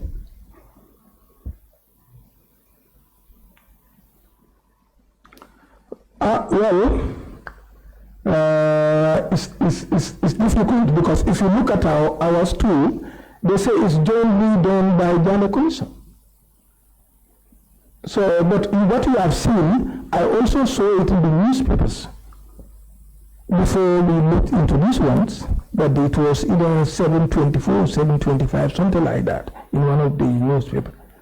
So the moment we also saw this, then it was we were worried.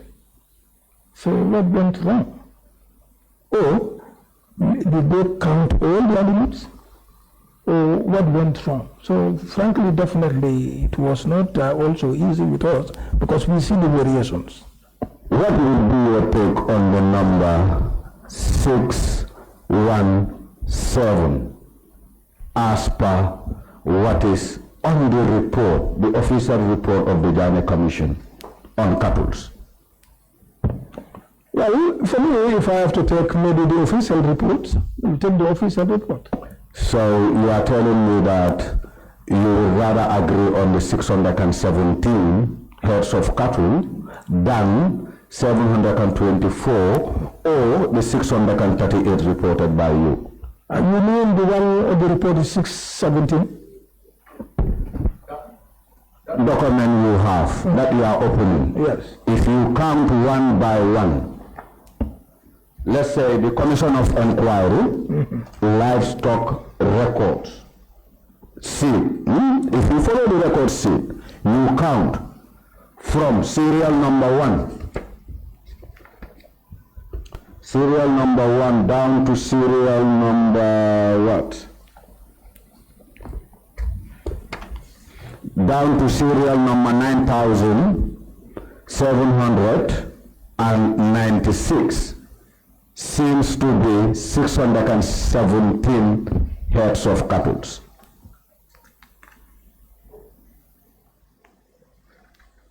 Okay.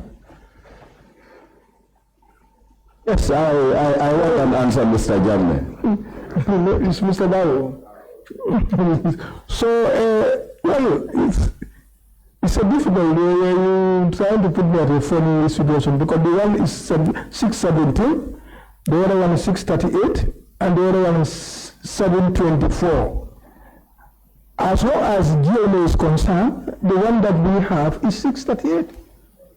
We'll just go with our 638, because this is what is in our office, and we cannot change it. Okay, so going by the records you have from your office, will it be correct to say the 617 and the 724 might be cook report? No, it's difficult because all these things emanated from the reports until and unless the author, the one who was present, and also come with this 638 confirm. Mr. Darboe, I think now I will take you on the motion. And the affidavit was signed by one Mr. Ali Jallo. Okay. Yeah? Yes. And in the content of the motion, he also tried to justify for the sales of these cattle to be done simply because the animals were at risk. In the content of that motion, he did indicate that there were about 800 heads of cattle that reduced to 600. What is your take on this number as well? Does the report with you? It's not the report, I meant the motion. You said they have 800. Yes. You know, the motion was supported by an affidavit through Mr. Ali Jallo. And he made a claim to say when the ex-president left, the animals or the cattle were at risk. Yeah? And the numbers he gave in that affidavit was there were 800 heads of cattle that has declined to 600 heads of cattle, which for me is still confusing looking at the figures we got from you and also the numbers we got from the Janneh Commission. So I just want to get an idea from you. Suppose you have even seen that affidavit. No, I have not seen it. No. Seen it? Yes. Okay, even if you have not seen this affidavit, now in the affidavit, the claims are the heads of cattle were 800, that has reduced to about 600. Do you think this should be something that one should believe in? No, I was not there at that moment, so it's going to be very difficult for me. But if you look at what we saw, it's more than 600. I know that very well. It's more than 600. So now you can look at the statement that he made mention, compare the two, that is reduced to 600, but what we saw was more than 600. Okay. That would be a job we can really do at our level. Mr. Darboe, what do you know about Buba Konta? It's Korta. Korta. Yes. Thank you. What do you know about Buba Korta and what was his knowledge around valuation? Is he a certified valuer or? Okay, thank you very much. What I know of Buba is that Buba is a livestock dealer. And as a livestock dealer, you register with Gilma. You do buying and selling. And he is also literate. So every week or every 2 days, he has to travel to Lumus to buy animal and bring them to Brikama livestock market and sell them. So he has experience in baggaging, in pricing of livestock. That one I know of him. Mr. Darboe. Yes, but the way they select him, I don't know. Mr. Darboe. Yes. In normal circumstances, can a livestock dealer, maybe commonly we call them banners, can they be identified to serve as a valuer? Well, it's difficult. For me, I don't know why they select him first, the moment I saw the name. Can I get the answer first, then we make comments? Can we go over your question? My question is, can a local livestock dealer serve as a valuer and also come up with suggested prices for sales? Well, it's difficult. Maybe they should have looked for a certified valuer.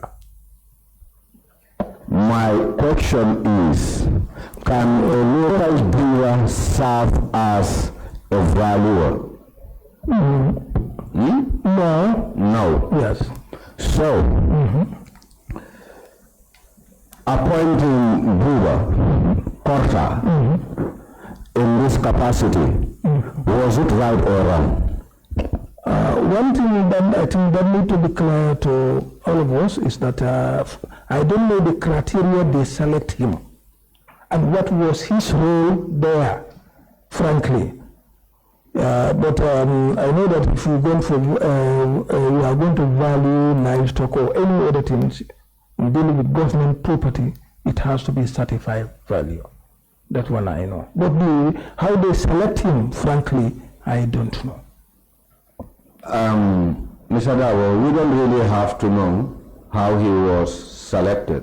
What is key here is, in a normal circumstance, should such an individual be appointed to carry out such a responsibility? In a normal circumstances? No. Well,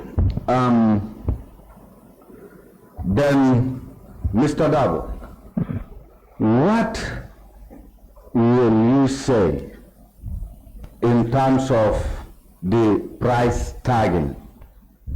Do you think having the likes of Ali Korta doing the valuation and also suggesting prices, do you think that is right to say the price tags that they gave to the commission in order to sell these livestock was really in line with your agents? Well, what was not clear to me, I don't know his role. What was his role? You know, that has to be clear. Why did they select him, and what was his role? Because there were 4 in number. You have Samba John, the lead, who is very good in pricing and other things. He's lead. You understand? You have the then director of technical and field services who can also do it. Then you have the Sheriff Bar, who is the animal health officer at Kanilai. So all those are there. So the reason they choose him definitely, or his role there, will be very difficult for me to comment on that because I don't know. I just saw the name and I know what he is doing. I know just he's a livestock dealer at Brikama. Yeah, Mr. Darboe, I think even the records before you indicates that Buba Korta was one of those that participated in the valuation. He did the valuing of this livestock. So meaning his role in the process was as a valuer. We need to get that right from the start. Because we have the records before us. Yeah, the records we have indicates that the then director of technical and field service and for order. So I was the one who consulted the then director of technical and field services to give me these names. Who are these 4 orders?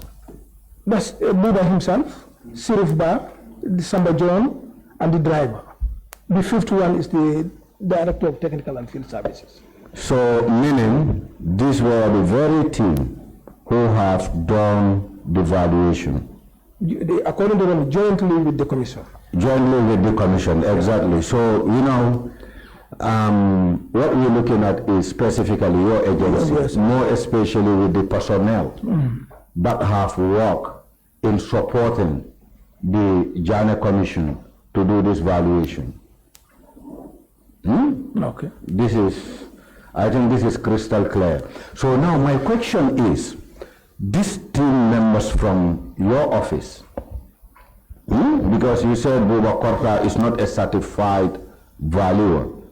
Aside from Buba Korta in that list, who else has, or who else was certified as a valuer on that list you have from Mr. John? Well, I don't know any of these ones. Yes, I don't know. What I know is that we have the director of technical and field service. The reason I was saying that Buba is not a if Buba was a staff of GLMA, at least we'll have the technical know-how on these valuations. This is what I was trying to put up.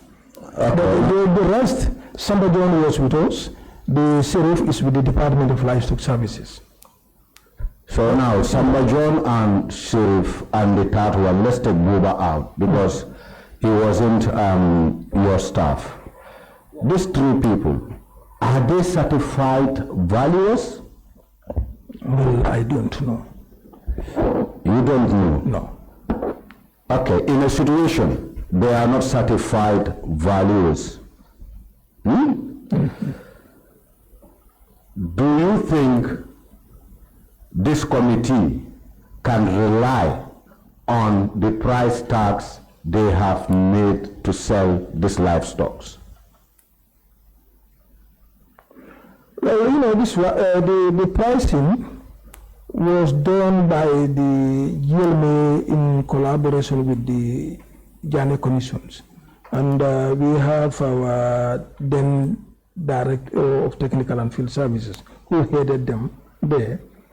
Obviously, they have technical know-how in dealing with this because the then director, they were there since 2010. He was working with the agency up to his retirement. So obviously, as long as GLMA is concerned, we don't certify people for valuing. What we do, we just do in-service training and other things. We train our staffs so that at least they'll be able to have technical know-how. In normal circumstances, if government should seek your advice for the sales of cattle, for example, and ask you to identify a valuer, will your office just get the government with someone with an experience, or will you choose to go in for someone who is certified? We'll go in for someone who is certified so that it will not create problems. So, meaning someone with an experience shouldn't count in this situation? Yeah, but otherwise, sometimes when it is urgent, there is an urgency of some, then we start to do the work. Because you will weigh them, because if you weigh, you automatically will know the kilo. That you will be able to determine. Because some of these things were due to urgency as the risk involved in losing livestock.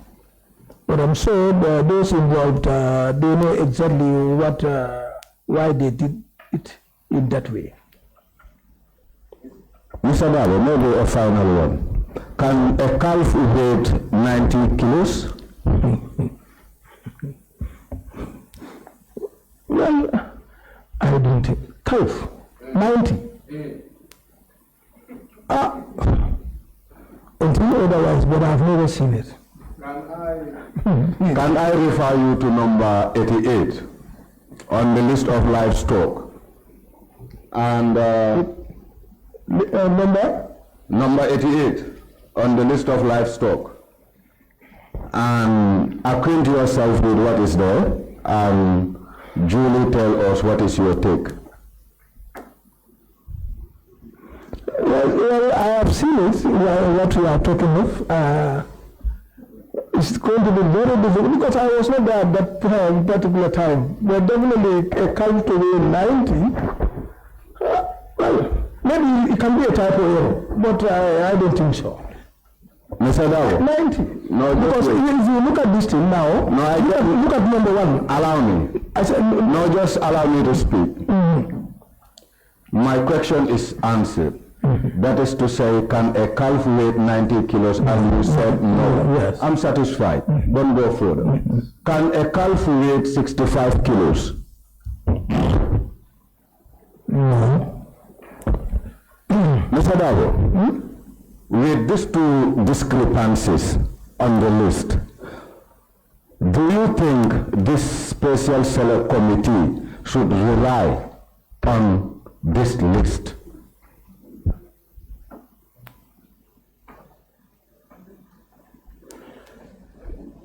Well, Honorable Janneh, this is a very difficult issue, frankly, because a calf to weigh 90 kilos and or 65 kilos, well,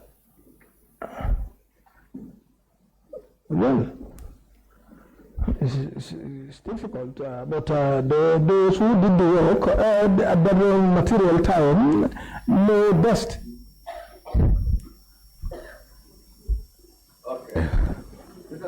Yes, just a final one, because last week one of the witnesses who sat on that seat said he was a gynaco. And you might equally be a gynaco, might be you didn't share it with us. However, Mr. Darboe, in between a male and a female calf or a cow, which one should be more costly in terms of sales? Looking at or factoring the characteristics of a bull or a cow or a calf? It depends on how you prepare it. Normally, some will be for fattening for meat, look into meat and production. But as usual, female are also expensive. Because if you are going for breeding, female are expensive. But for meat production, male. Mr. Darboe, I repeat again, in between a male and a female calf, let's just take calf. You know, because in case you are doing breeding or fattening, you might start with a calf than going in for a bull or a cow. In between a male or a female one, which one should be more costly in terms of pricing? Female. To my own wisdom, female. Mr. Darboe, can you look at number 97 and number 113?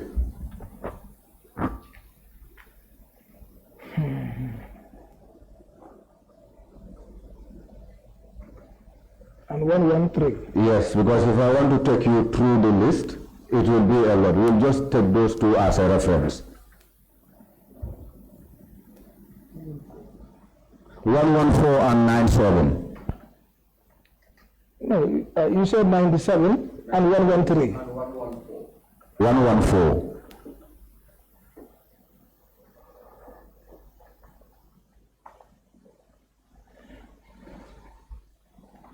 Yes, maybe they may look at the weight. The price may be equal because of the weight. But I know if I go into production, normally female counts a lot. So now, okay, let's take it this way because it seems there's something here that has been missing, yeah?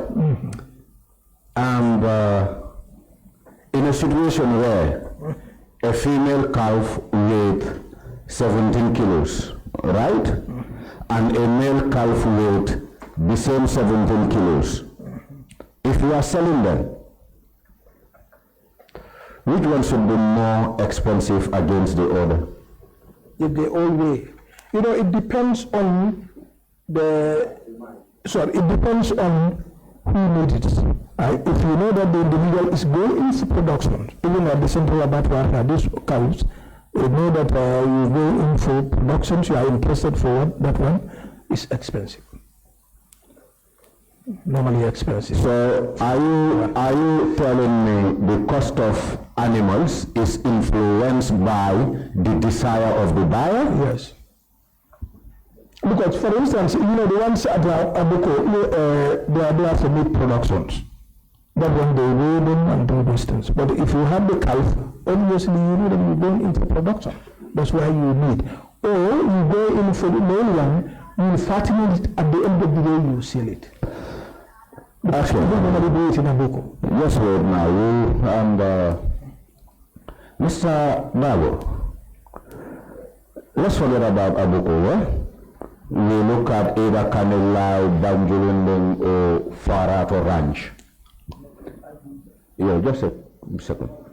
The customers that were coming to buy these animals, on what purpose were they buying it for? And is it right to sell, for example, a female calf for $3,060 and a male calf for $3,060?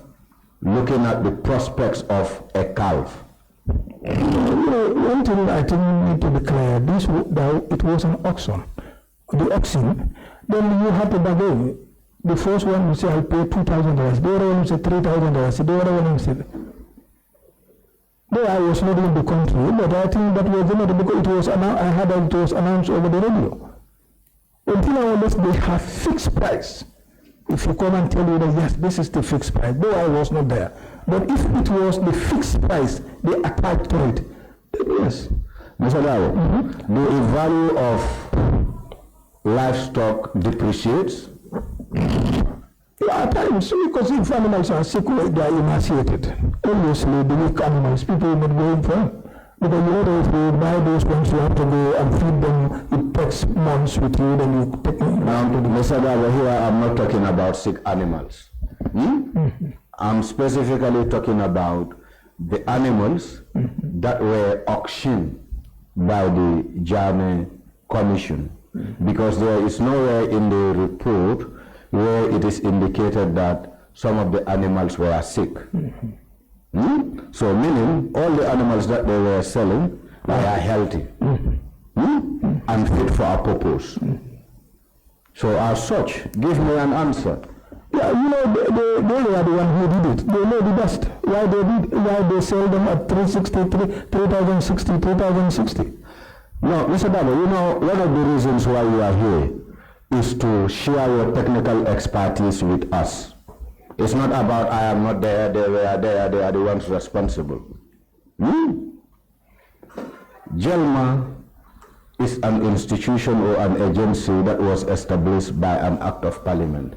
And there are reasons why such was done in order to give that technical support where it is required.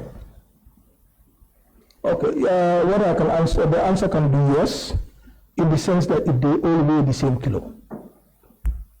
You can sell them at the same price. Yes. Thank you, I'm done.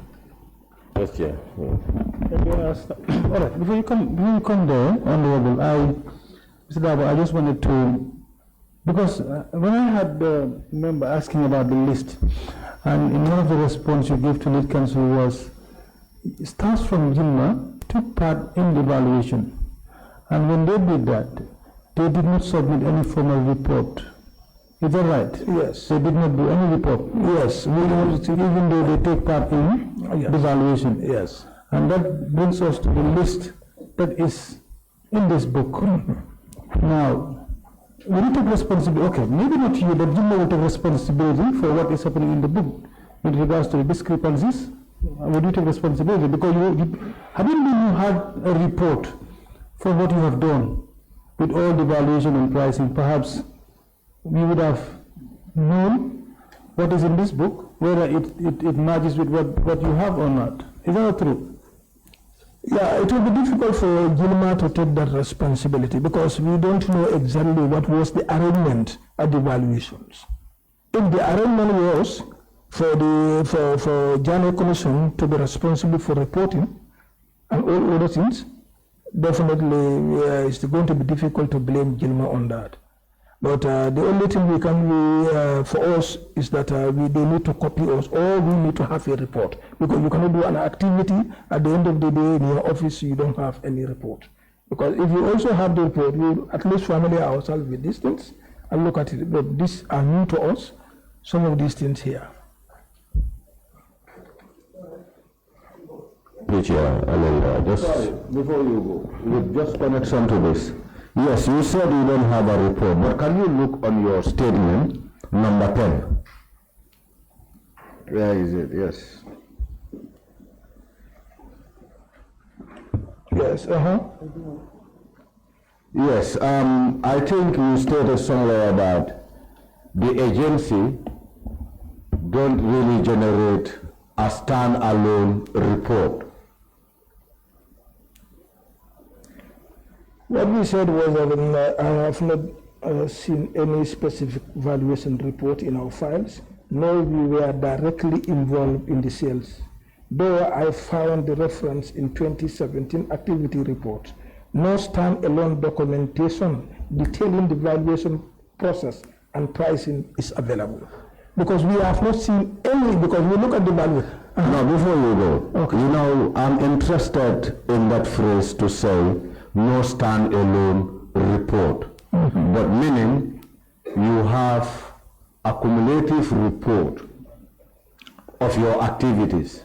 If there is any, can you share it with us? No, the only one we have is this one. That's the only one we have. And that's submitted already.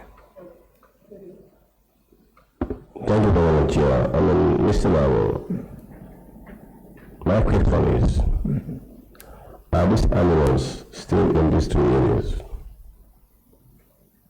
Which animal? The one showed. Well, I have no idea because as long as I'm concerned, Janneh is not responsible for these animals. Because if they are responsible, since I took over in 2022, then I'll be working with those responsible. Yeah, the reason for the question is, Mr. Janneh, I think we have a very connect to ourselves and accept that the evaluators failed us.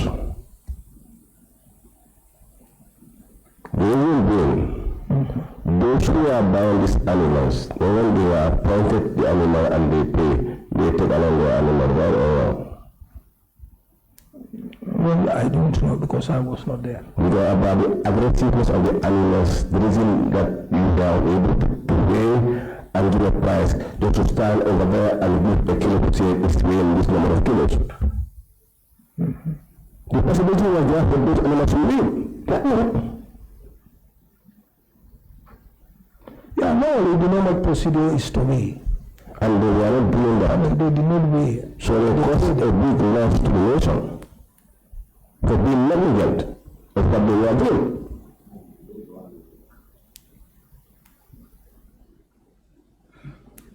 Mr. Darboe? Yes. I heard what you said. I agree with my statement. Well, for us, we only bang on the reports we found. Not about the reports, Darboe, as the director, current director now. No, for us, we do it differently. No, definitely. So, no, but you were involved in this. Your staffs were there because the commission was relying on your staffs.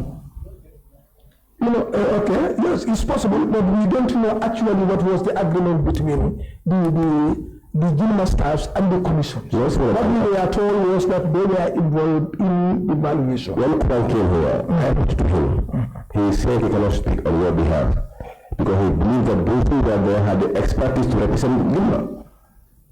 And these are Janneh staffs who were there to do evaluation. So the body comes back to Janneh. So now I think the best thing is those who were involved are the best to answer that question. No, but the best person to answer is you as a director. I was not there by then. But you are there doesn't know if you don't know. How can I know that 7 years ago? By asking those people who are there. In fact, this year, the year they did, I was not even in the country. Are they still your staffs? Are they still your staffs? No. Are you in contact with them? There is none of them because the then director of technical affairs is retired. But the other one is deceased. But you call him before you come in. Huh? You spoke to him before you come. Of course. So he was able, you were there to tell you A, B, C, and D. You know, some of the, yes, those are the ones that I made mention that they use small, how they did the valuations and other things. These guys have gone further to ask them, why didn't you weigh these animals? Because according to you said they told that the animals were aggressive. Yes, that's why they were unable to weigh them. Yeah. So there was already an explanation to you. So I am telling you that that explanation was not correct. Yes. Because they said they start weighing, then the animal becomes aggressive, according to them. Now they use the other method. No, for me, I will tell you they were not weighing based on one statement. They were not weighing, they were just taking the animals and the whole is small calculator to calculate. Okay. Make value. Yes. This is what we are using, make value, and we are not animal. Okay. Thank you very much, yeah. Carry on. Thank you, Council. Anything to clarify more? Yes, Honorable Chair. Mr. Darboe, please refer to the comparative table from 2016 and 2017. Okay.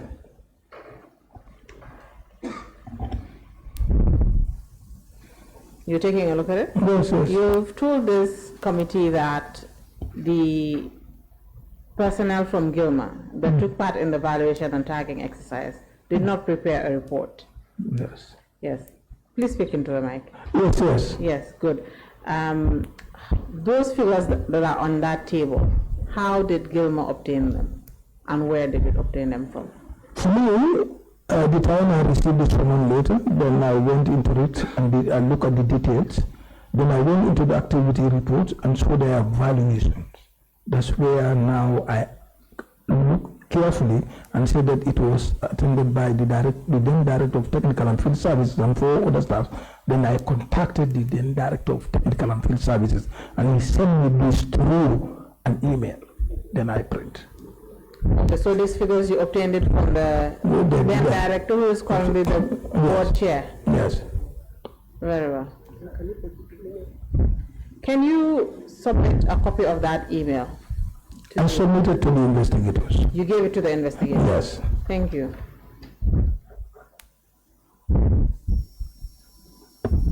That is all, Honorable Chair. All right, thank you so very much, Council, and thank you, Mr. Darboe, for coming. We appreciate your coming as well, and then your testimony for this whole thing that Gilmer is involved in. I know you are the current director of Gilmer, and of course some of the staffs that were responsible for 1 or 2 actions that they have done during the process. But then, maybe we'll need you further. If you need you, we will contact you again for more clarification. Okay? Okay. Thank you so very much. You are released for now. You can I go with the court order? I can leave the documents here. Just can I go with them now? No. That is the committee. Mr. Darboe, why do you need the court order now?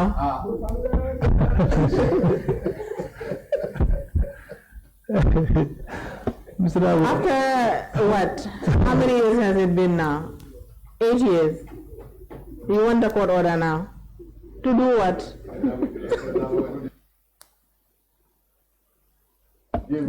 No problem. Secretariat will provide a copy at a later date.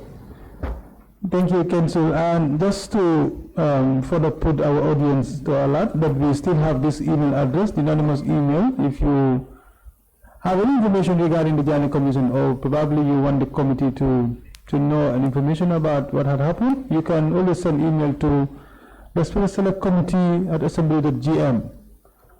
This email is very important for the committee. We will be expecting messages from the public as well.